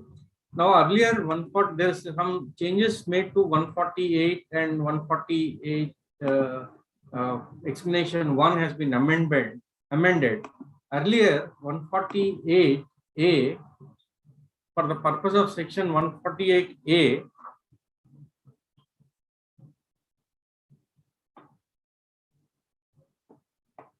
the information with assessing officer which suggests that income has escaped chargeable, income chargeable to tax has escaped means information flagged in the case of SC for the relevant assessment year in accordance with the risk management strategy formulated by the board from time to time. This continues. Then what is new? See, instead of final objection raised by the Comptroller and Auditor General, any audit objection to the effect that the assessment in the case of the SSC for the relevant assessment year has not been made in accordance with the provision of the Act. This is going to be very, very vexatious, because you all know that audit team, how the audit team behaves. For everything they raise an objection because the understanding levels are different. We are on different planes of understanding as far as interpretation of the Act are concerned. That is why they will be having many objections and we will be getting many 148 notices. And here it is new. Any information received under an agreement referred to in section 90 or 90A of the Act. This 90 and 90A of the Act is becoming very critical, because even under 139.8A updated written, this is also mentioned. Then any information made available to the SLC under the scheme notified under section 135A, even in such cases 148 can be issued. Then information which requires action in consequence of the order of a tribunal or a court. So these are all expanding the scope of 148 notices. Now 148A deals with conducting inquiry, providing opportunity before issue of notice under 148. This has been removed. This was a very favorable to the SSC, because we could definitely give a proper explanation, and if it was found that it is satisfied, 148 notice would not have to be given. But now that is being done away with. Shall not apply in cases pertaining to income chargeable to escapement of any assessment year in the case of the SSC, and has been removed to provide. So this providing an opportunity to the SSC has been done away with. And okay, that 148B order to be passed by taking approval of the Joint Commissioner. So this is procedural. And now 149, this is very detrimental, and it's not a good amendment from the point of view of the SSC, because earlier that 10 years, 3 to 10 years was the time of reopening was 10 years only if it was an asset represented by an asset that 50 lakhs or more. But now it is not only an asset, and we were all very happy that we could interpret that if the asset is not there, this extended timelines for issue of 148 was not applicable. But now that happiness has been short-lived, or maybe we discussed too much in seminars, so the government got to know that this is not going to help us. So what they have done, now they said any expenditure in respect of a transaction or in relation to an event or occasion, so all big fat marriages will be covered. So we have to be very careful, and any entry in books also is now a fit cause for them to issue notice for this 3 years to 10 years, beyond 3 years and up to 10 years. And of course, that 50 lakhs remains unchanged, but we now are more prone to get notices for whatever we have incurred, or whether we have made any major expenditure on any event. So this is going to be a little difficult for us. Now there has been a proviso to section 149(1) that no notice under 148 shall be issued at any time in a case for a relevant assessment year beginning on or before 1st day of April 2021. If a notice under 148 or 153A or 135C could not have been issued at time on account of being beyond the time limit specified under provisions of clause B of subsection 1 of 153A. So, okay, this is all not very much to discuss now. We have to discuss at length. But in short, the government has, in this budget, they have been saying very few changes. The finance minister hardly took 90 minutes on direct taxes, but there have been quite a few changes. Tinkering has been done, especially with regard to trust, with regard to faceless assessment, with regard to assessment and reassessment, and of course some TDS provisions which have been dealt by our Pankaj Bhai earlier, TDS provisions, virtual assets, and the most importantly, the voluntary disclosure scheme that is now technically called updated return. So I try to do justice that in the time allotted, and I thank Hyderabad branch chairman Macha Rao, vice chairman Deepak Ladda, secretary Satish, and treasurer Rajambal, and all other committee members for giving me this opportunity. And thank you, Satish Saraf Bhai. Now I pass the baton over to you to finish the relay as the anchor of the team.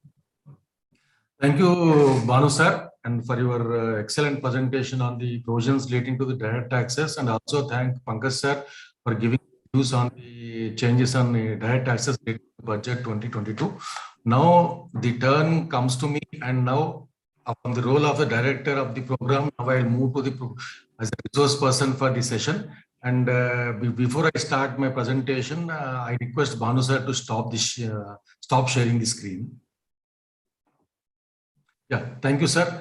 And today I'm unable to prepare the presentation. And before I start my presentation, I would like to thank Rajambal for nicely introducing my profile. And this has been done by her several times.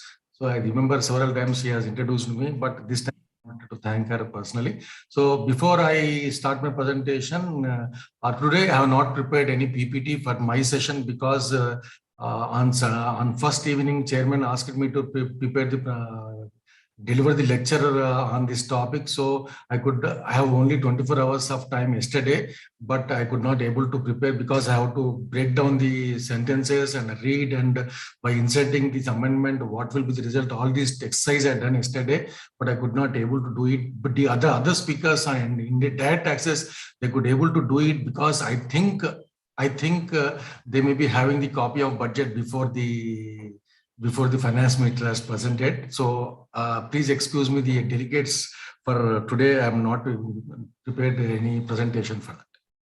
I have a lot of time, Satish. I don't have much work. You are busy man. That's it. And may be possible that the entire direct access proposal they have shared among themselves, so they have time to look into it.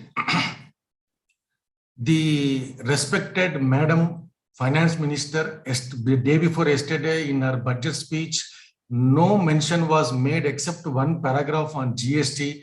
But when we scouted the Finance Bill 22, we find so many amendments or substitutions or omissions are made in the Act. And the old saying says that the devil lies in the details. So that has become very true this budget 2022. And in the budget 2022, clause 99 to 123 clauses up to 199 to 123 are dedicated to GST provisions.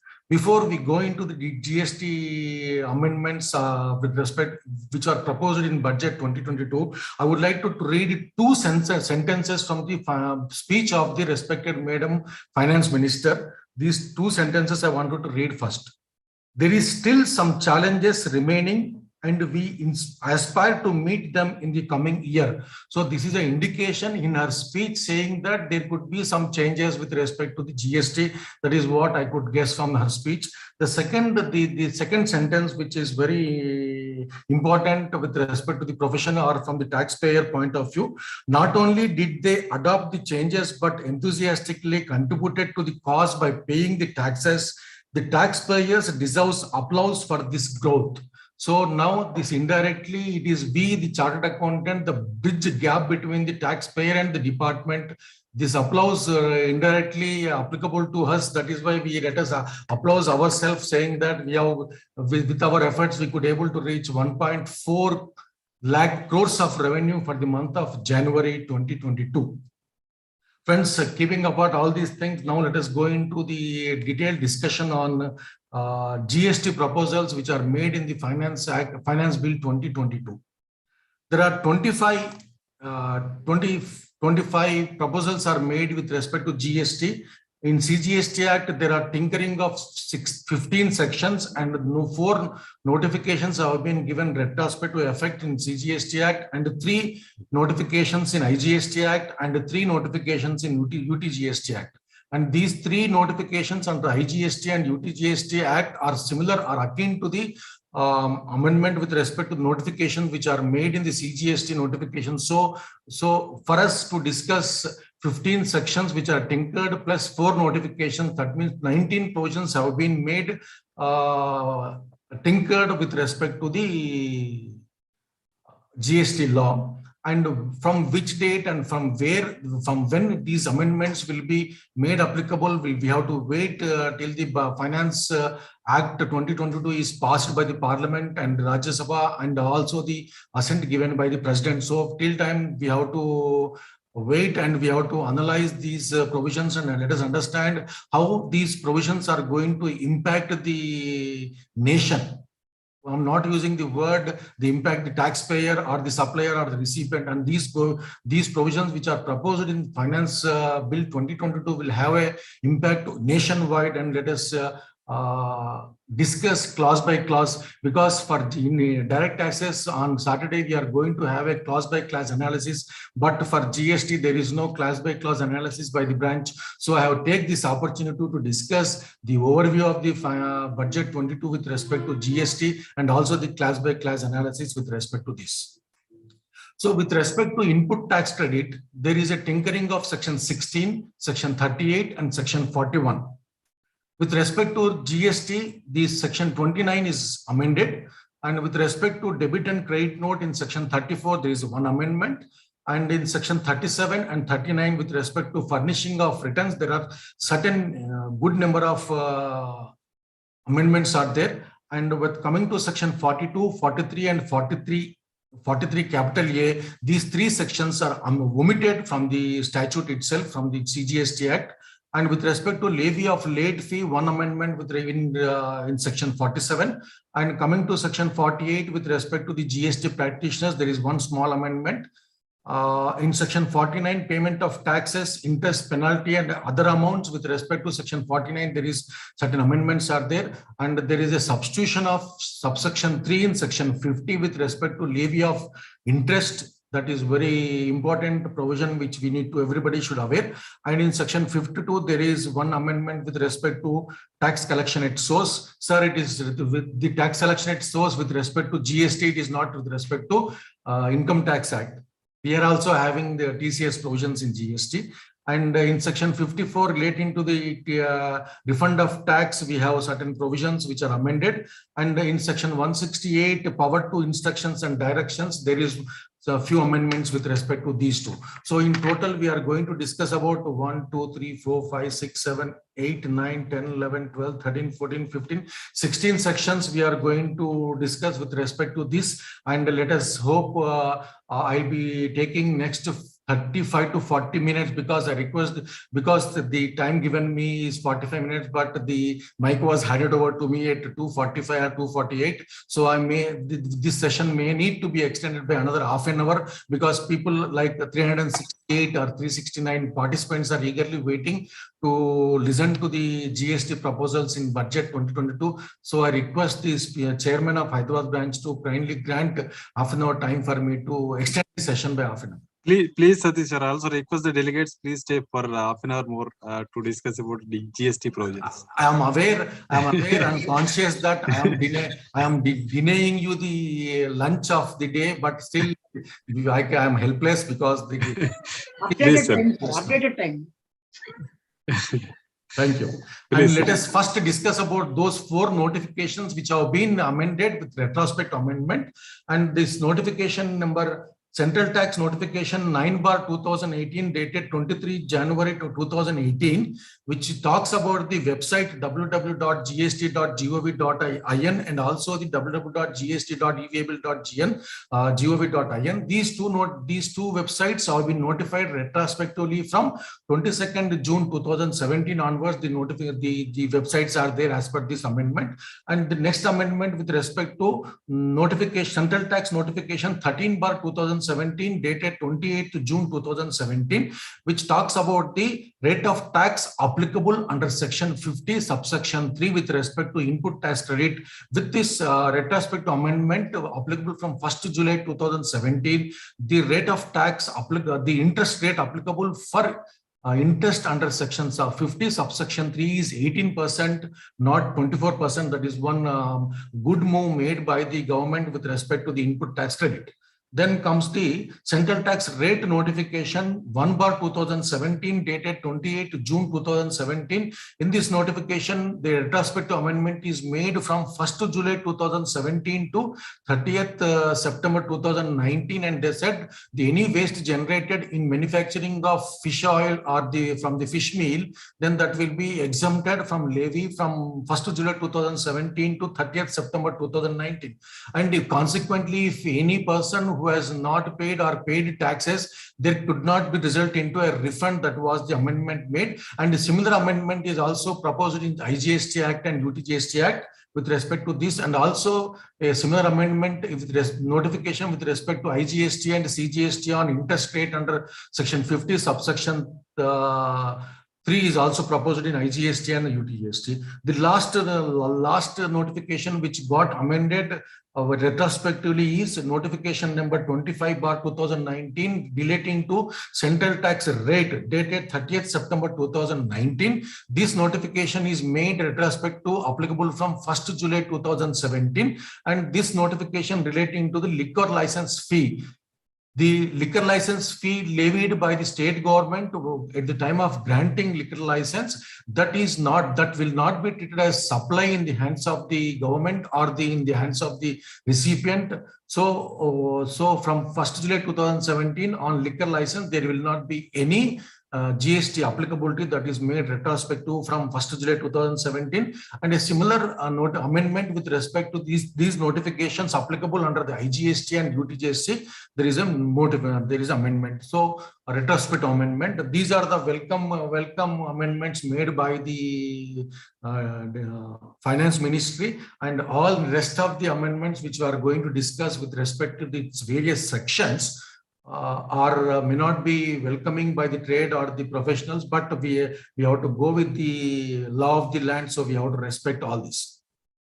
So now the next, my presentation of next part, apart from the notifications, the sections part, I'll be dealing with topic wise, not with respect to the section wise. So first I'll be dealing with input tax credit. For that, there are 3 sections which got amended in these 3 sections are section 16, section 38 and section 41. In these 3 sections, a remarkable change has been brought with respect to input tax credit provisions. And section 16 subsection 2, there is a new clause in subsection 2 of section 16 is brought, clause BA, and this clause says that unless the input tax credit which is not restricted under section 38 of the CGST Act, it will be allowed. From now, from this point, whenever this clause is made applicable by the Finance Act 2022 or by the specific notification, the applicability, till that time we'll be having 5 conditions for claiming input tax credit. When this clause BA in subsection 2 of section 16 is made applicable, we'll be having 6 conditions. The old conditions before 1st January 2022, they were the 4 conditions. We are all aware of that. The 5th condition was made applicable from 1st January 22. From the date of notification of this amendment in section 16 subsection 2, new clause BA will be made applicable. Then we'll be having 6th conditions. So whatever the input tax credit which is not restricted under section 38. So 38 is replaced now with, maybe after a couple of minutes we will discuss threadbarely what is section 38 is intended.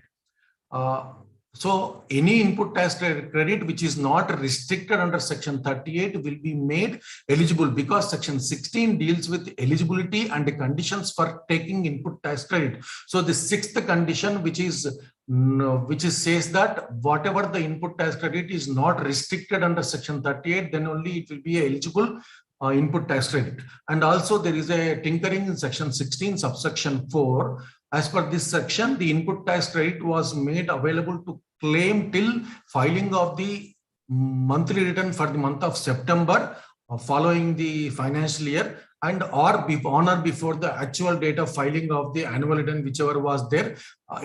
Before these 2 dates, so you can claim the input tax credit. But by this budget 22, there is an amendment to this section. It says that this return for the month of September has been replaced with 30th November of the following the financial year, the amendment is made. So by virtue of this amendment, the input tax credit now, after the notification of amendment to section 16 subsection 4, any person can claim the input tax credit after the conclusion of the financial year till 30th November or actual date of filing of annual return, whichever is earlier, till that date he can take the input tax credit.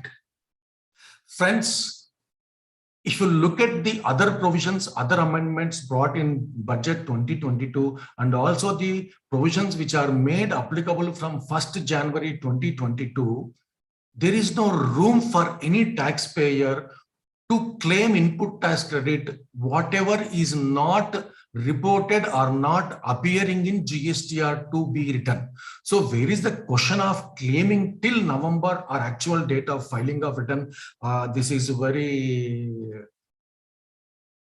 So one can say that there is a redundancy in this provision, but when we thought of brainstorming on this provision, and when we could be able to get one situation where I can say that if the supplier has forgot to communicate the invoice relating to a particular financial year, he can include that invoice in GSTR1 till 30th November of the succeeding financial year. Only in that situation, only section 16(4) amendment will come into picture, and this extended period of claiming input tax credit will play, and it will be applicable for any taxpayer to claim the input tax credit.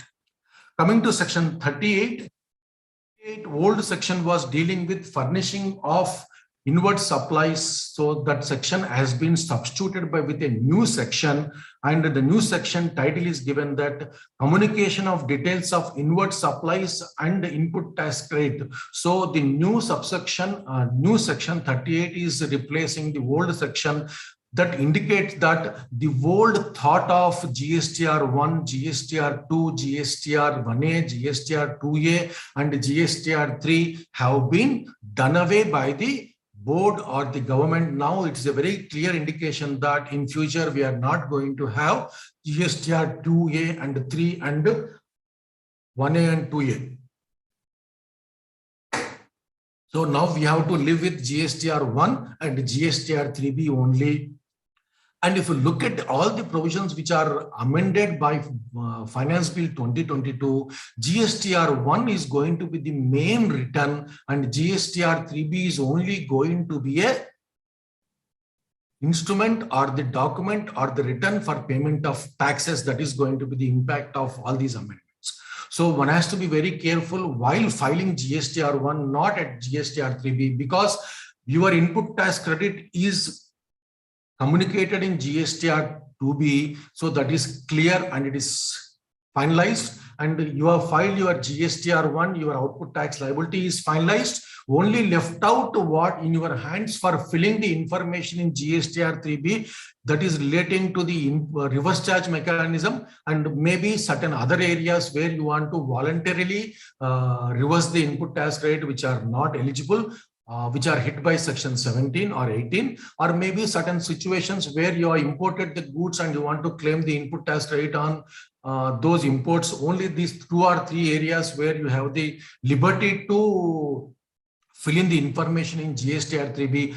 Apart from these, otherwise GSTR 3B is readily mail available to you by 13th or 14th of the month.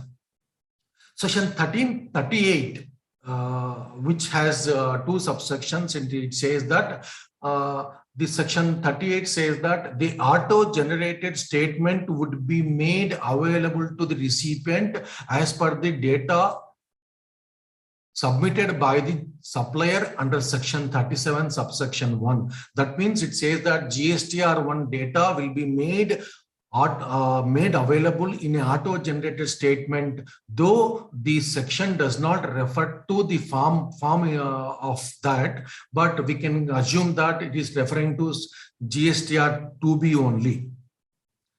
And it says that this auto-generated statement will be having two set of information. One set of information will be talking about the available ITC, which is eligible to be taxpayer to claim, and the second set of information will be talking about a non-available ITC or a restricted ITC. So on what basis the input will be restricted or made non-available, the section stipulates 6 or 5 conditions on which the input tax credit will be restricted or will be not made available to the recipient. And these situations are, A concessional period will be made available to a newly registered person, and if he does not report if he reports beyond that concessional period, the output supplies in his GSTR1 return. So for a new registered person, so 3 months or 4 months window is given for him to report those transactions from the date before wherever he is eligible to report those transactions. If he reports beyond that period, then that will be made and restricted input tax credit for the recipient. This is one condition. The second condition is that wherever the supplier defaults in payment of tax with respect to GSTR 3B, that ITC will be restricted or will not be made available to the recipient. Say, let us understand this provision with an example. Say the supplier has filed GSTR1 return before 11th of the month, and by any reasons, if it does not file the GSTR 3B return for that particular month, the recipient has claimed the input tax credit on the strength of the GSTR 2B, but because the supplier has not paid the tax or he has defaulted in filing GSTR 3B, in that month, the recipient has claimed the input tax credit. He has filed his return of GSTR 3B by the recipient. But in the subsequent month, because the supplier has defaulted the input tax payment of taxes, then the recipient in the subsequent month will be made non-available with respect to this input tax credit with respect to the supplier who has defaulted in tax, and in subsequent month there are certain other provisions which are taking care of this amendment. And the next condition for non-availability of input tax credit for recipient is the tax paid by the supplier in GSTR 3B is less than the outward tax liability declared in GSTR 1. So how the government is going to know with respect to which recipient he has not paid the tax or short paid the tax in 3B, I don't know, but maybe some mechanism they will come out, or maybe to all the recipients they are going to restrict the input tax credit to where the supplier has paid the tax in less tax in G3B and declared more output tax in GSTR1 return. The fourth condition is, and in case the supplier has claimed input tax credit in GSTR 3B more over and above what is appearing in his GSTR 2B. So if any supplier who has claimed more input tax credit than what is appearing in his GSTR 2B, then all the recipients of that particular supplier will be made not available. Maybe in the subsequent month, let us wait and see how the government is going to implement this provision. And this also says that the maximum proportion or percentage of ITC to be used by the supplier for discharging this output tax liability. So under section 49 subsection 2, which we are going to deal maybe after 10 minutes of time, if that restriction is not being followed by the supplier, then that will also be a restriction with respect to the available of input tax credit to the recipient where the mistake is made by the supplier. So these are the conditions which are going to be prevalent from the day when this section 38 is going to be implemented. And the next section which got substituted is section 41. Old section, before the substitution, the title of the old section 41 is Claim of ITC and Provisional Acceptance thereof. Now, so in future, there is not going to be any provisional claiming of input tax credit. Now the new section which is proposed in the budget 22, is titled as availment of input tax credit. So the name of section 41 itself says that there won't be any provisional claim of input tax credit until it is appearing in your GSTR 2B, then only you are eligible for the input. And the amended section 41 or the substituted section 41 says that the eligible ITC, what is claimed in GSTR 3B as a mechanism as part of the self-assessment, which will be made available, which will be created to the electronic credit ledger of the recipient. And in case the recipient avails the input tax credit where the supplier has defaulted in payment of his tax, then that information will be made available to the recipient under section 38 or under section 41 or in GSTR 2B. That recipient has to reverse the input tax credit and pay the interest along with that under section 50 subsection 3.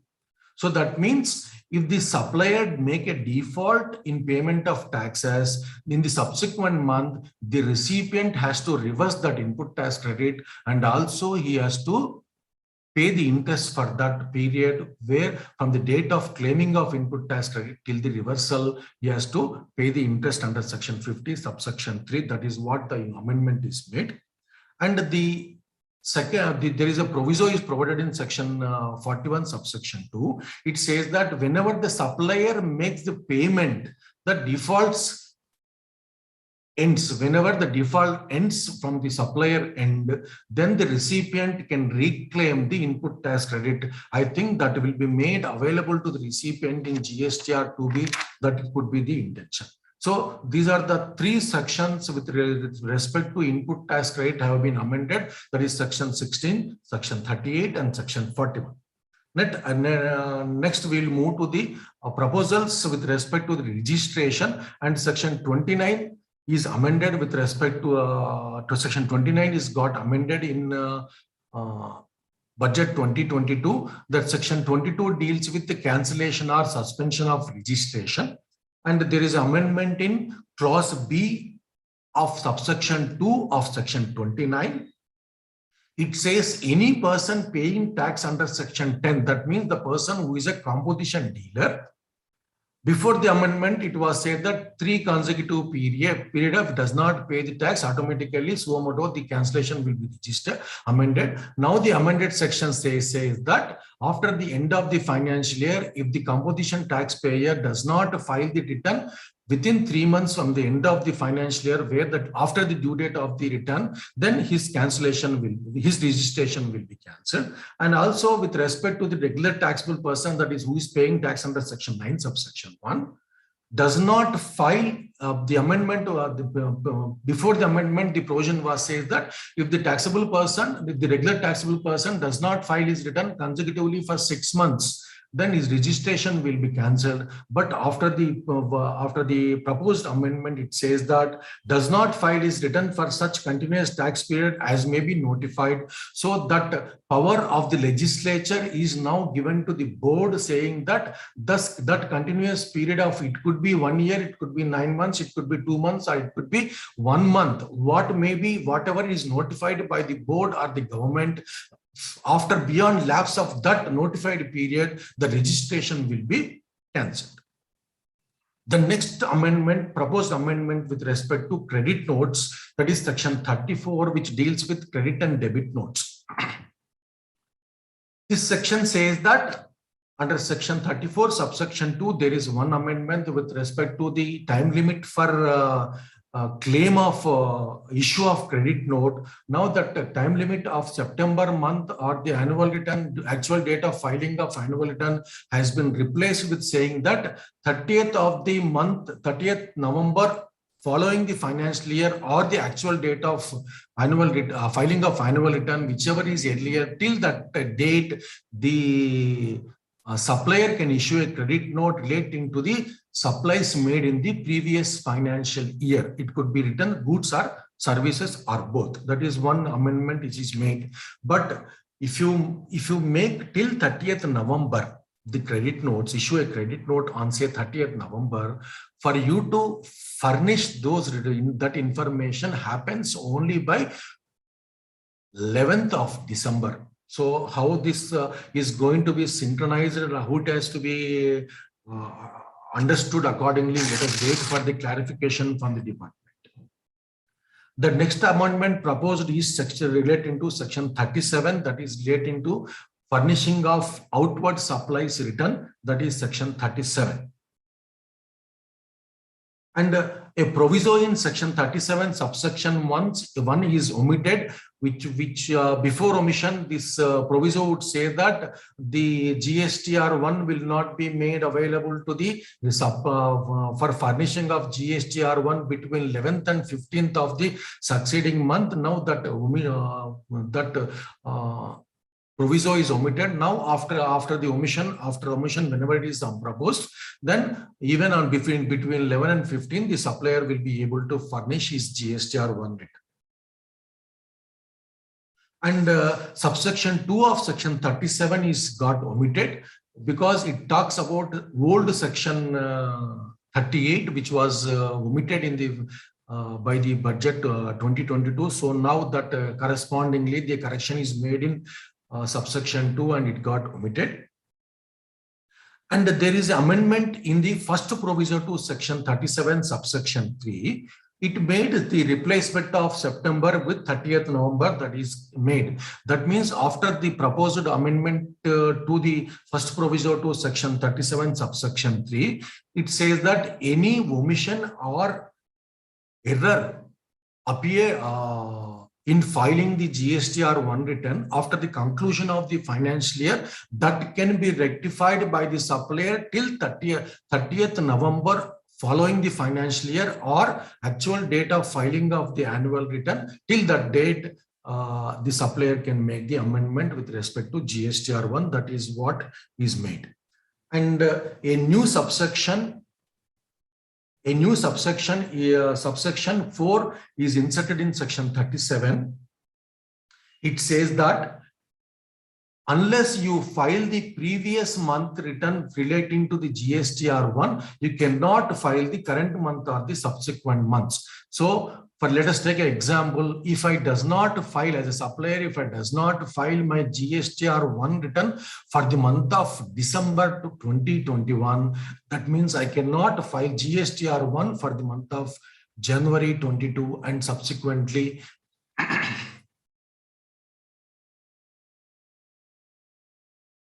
friends, if you recall the amendment made with respect to CGST law, which are applicable from 1st January 2022, we have understood that if I does not file my GSTR 3B for a particular month, next month I cannot file GSTR1 return. So in line with that amendment, which is applicable from 1st January 2022, this amendment is also says that if you does not file your GSTR1 for the previous month, you cannot file your GSTR1 for the subsequent months. And in this amendment, there is a proviso is mentioned, provided that the government has the power to exempt any class of persons or class of taxable persons non-applicability of this condition of filing of GSTR1 for the succeeding month as per the recommendation of the council. So now the government is empowered, can exempt, say the government can say that Satish Saraf need not file the subsequent month GSTR1, but still he can file GSTR1 for the succeeding month. That the government has the power with respect to that.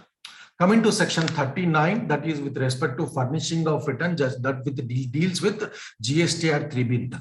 There is amendment in section 39 subsection 5, sorry, let me correct, section 39 subsection 5, which says that the non-resident taxable person shall have to furnish a return within 13 days from the end of the relevant tax period. Before it was the 20th after the conclusion of the tax period. Now the time is reduced to 13th with respect to the non-resident taxable person. And the section proviso to section 39 subsection 7 is substituted. The self-assessed tax has to be paid by the recipient basing on section 16, 38, 41, 37, and all these sections clubbed together. Whatever is eligible input tax credit, he has to pay the tax on self-assessment basis.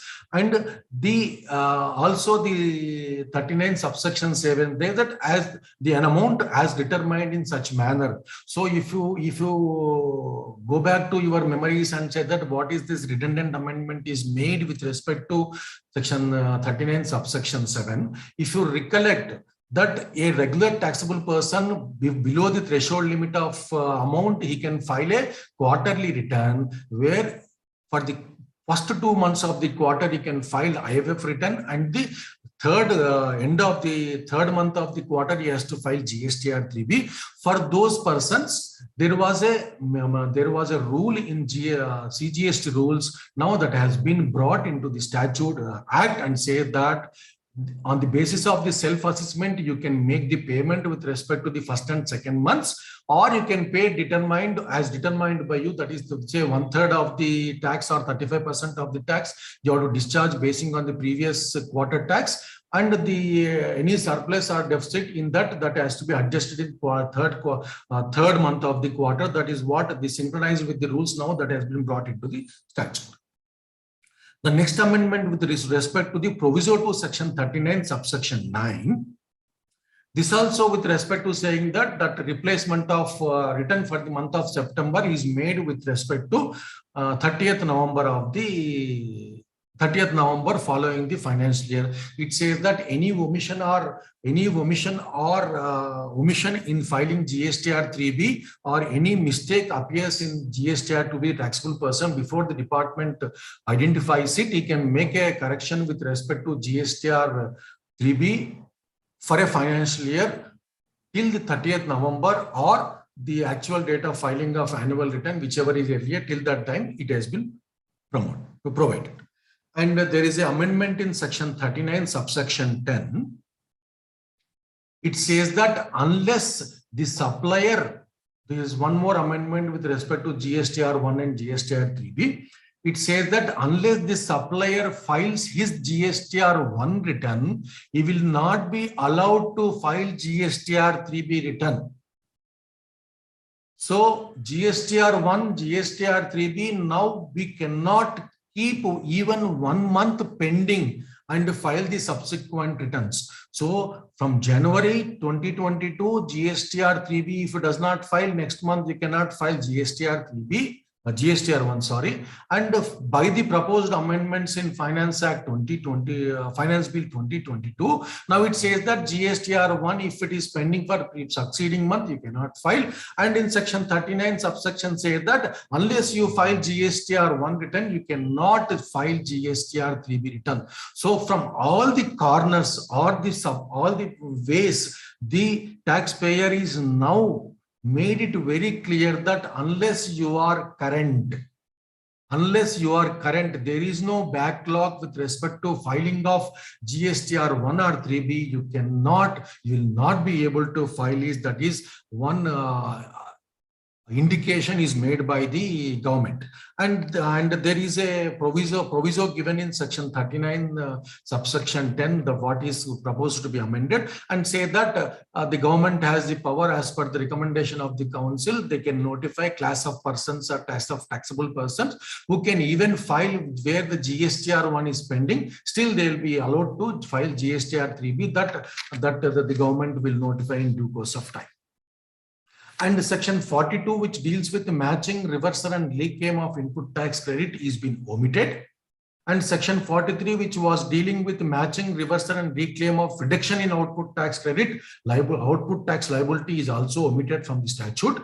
And section 43A, which was dealing with procedure for furnishing, return and availing input tax credit, is also omitted from the statute. So after this omission, the corresponding amendments in those sections, wherever section 42, section 43 and 43 are appearing, all those amendments are also brought in this finance. And there is a next amendment with respect to section 47, which deals with the levy of late fee, and subsection 1 is amended. And it says that any person who does not file GSTR 7 within the due date, then an appropriate late fee will be levied. Till this proposal for GSTR 7, there was no late fee. From the applicability of this amendment in section 47 subsection 1, the GSTR 7, that is for the purpose of TCS return, the late fee will be applicable. And there is next amendment with respect to section 48 subsection 2, which deals with the GST practitioners. And as this section amended, section 38 is substituted with a new section. So now onwards, after the amendment of this proposal in with respect to section 38, the GST practitioner will not be allowed to file inward supply return. That is what is made. And I have only just 2 or 3 amendments with respect to left out, and I'll conclude maybe in 5 or 10 minutes with respect to that. Please bear with me. And the next proposed amendment with respect to section 49. Section 49 deals with payment of taxes, interest, penalty, and other amounts. And in section 49, subsection 4, there was a word called conditions as may be prescribed. Now it is made, the word is added restrictions. Now after the amendment, it reads conditions and restrictions as may be specified. That is what is mentioned. And section 49, subsection 10 is amended, which talks about the electronic cash ledger. And this is a welcome amendment with respect to the taxpayer. And this amendment is made with respect to 2 kinds of taxable person. One category is taxable person having single registration, and the second category is the person who's having 2 or more registration, which talks about distinct persons as defined in section 25.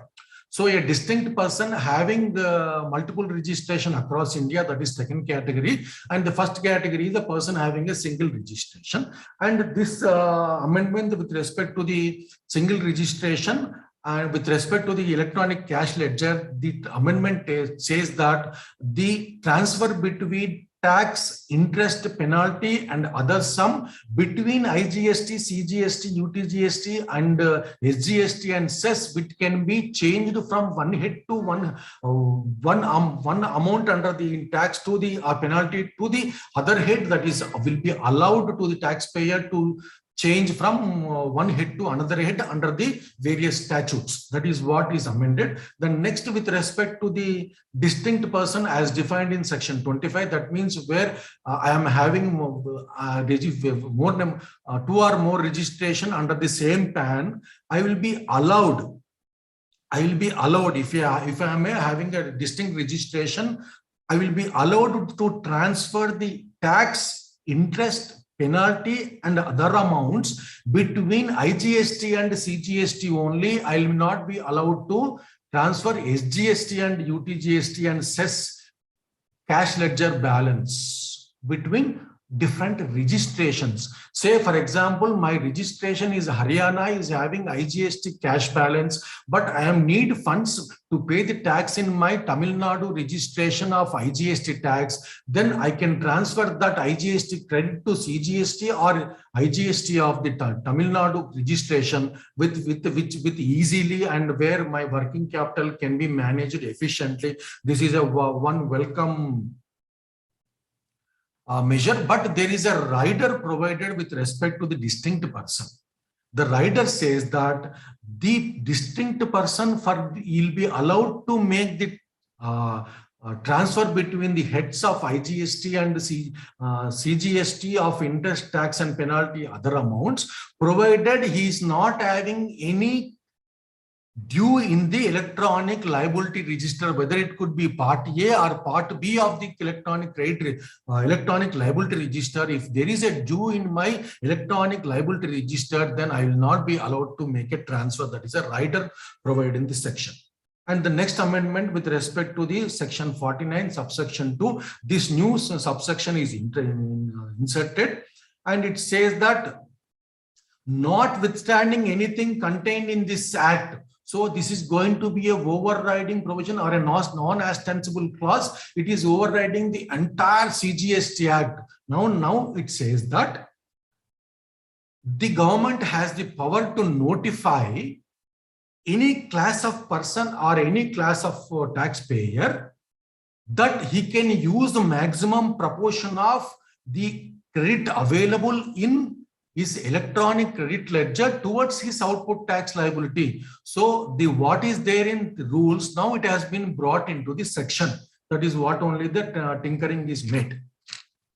And next section, which deals with the levy of interest, the section 50 subsection is substituted. The substituted section says that before the substitution, the section was saying that the claim of input tax credit in contravention of Rule 42 and Section 42 and 43, then only the tax interest under Section 50 subsection 3 was leviable. But now after the amendment, the input tax credit has been wrongly availed and utilized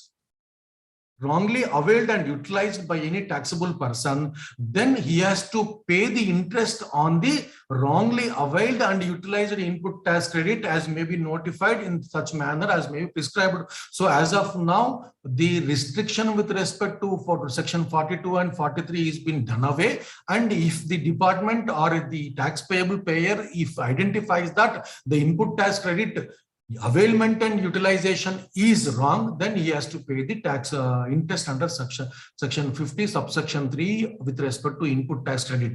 Now there is a one relief is given. Now it says that availment of wrong input tax credit is not liable for interest only. It says availment and utilization both took place, then only the interest is applicable on section 50 subsection 3. That is one good amendment is made, but according to me, it is a wrong amendment.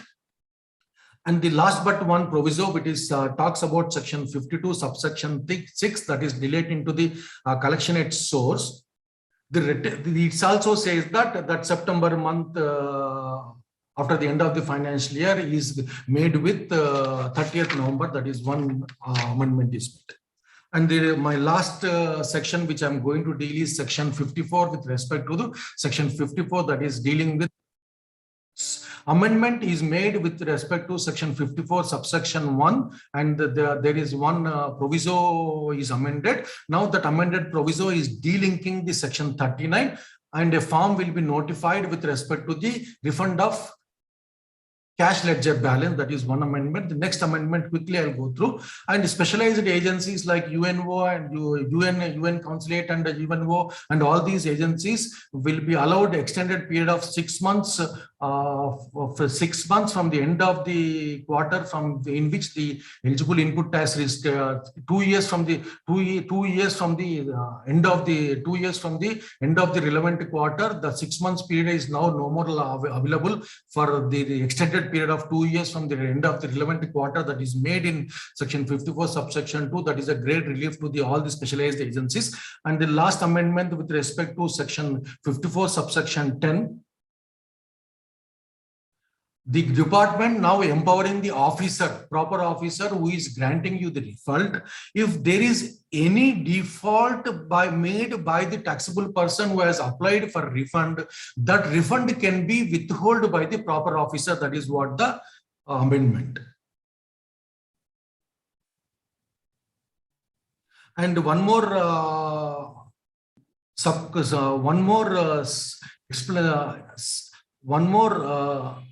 amendment with respect to explanation 2 to explanations to section 54. Sir, there are n number of explanation to section 54. In those explanations, second explanation is amended. It says that any supplier who is eligible to take the input tax credit where he supplies to the SEZ unit or SEZ developer, and if he defaults in payment of tax, then his refund will be withheld. That is what all the major amendment with respect to the GST law. I'll try to deliver whatever I know from the proposals, and I think I have not taken not more than 45 minutes what I promised. At the outset, the conclusion, as my conclusion remark, I thank my co-speakers and the branch and everyone who was involved in this, even the delegates, for their patient listening. And thank you very much. And thanks one and all.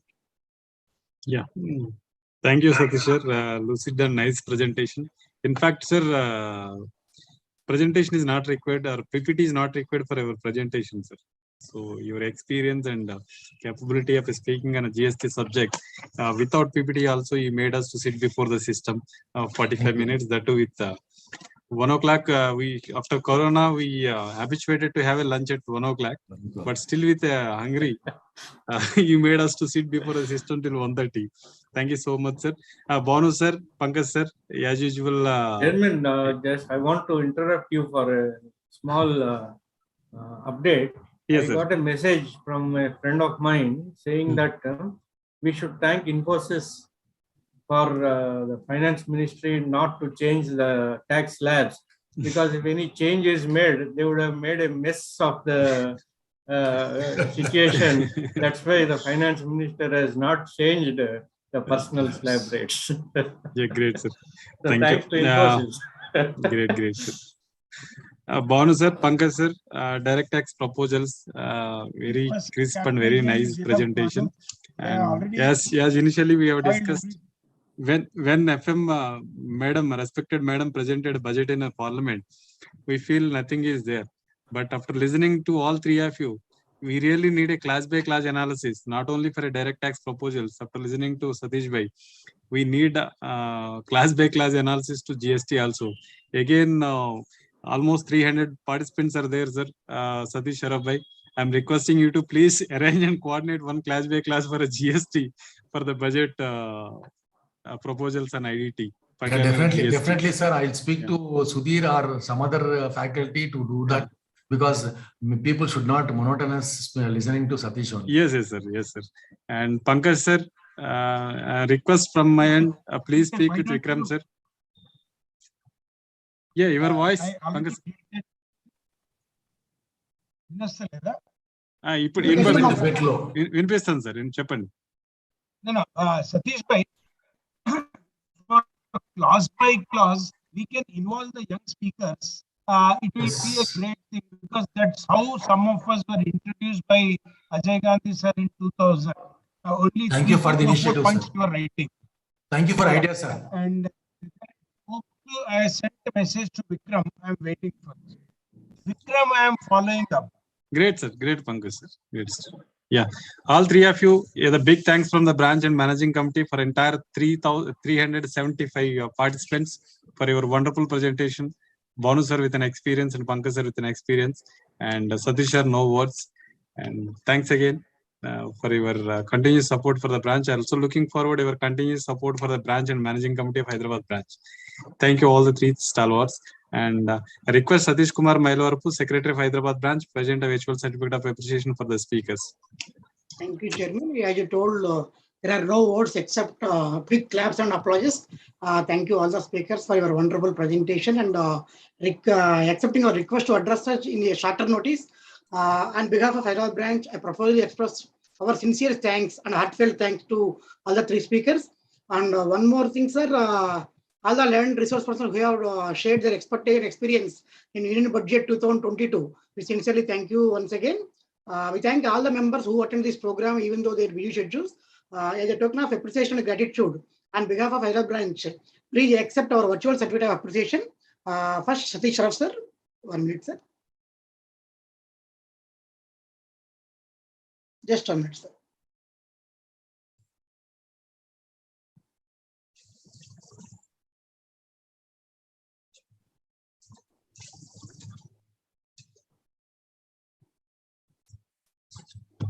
There are so many thank you, butterflies are flying.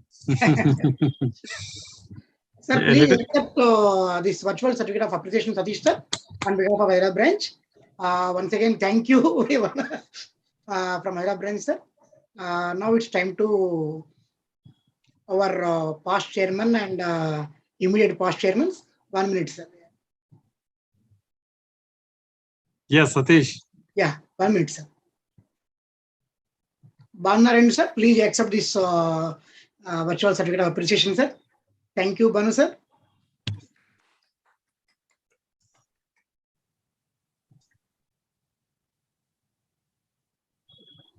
And our Mr. Perfect CA Pankaj Kumar Trivedi sir, please accept this certificate, sir. Once again, thank you each and everyone for their keen participation and updates. On behalf of the Hyderabad branch, we are signing off this program, and we are reassembling on 5th morning at 11 a.m. with previous processor on direct taxes proposals with class by class analysis. Thank you. Signing off. Thank you, Satish. Thank you, sir.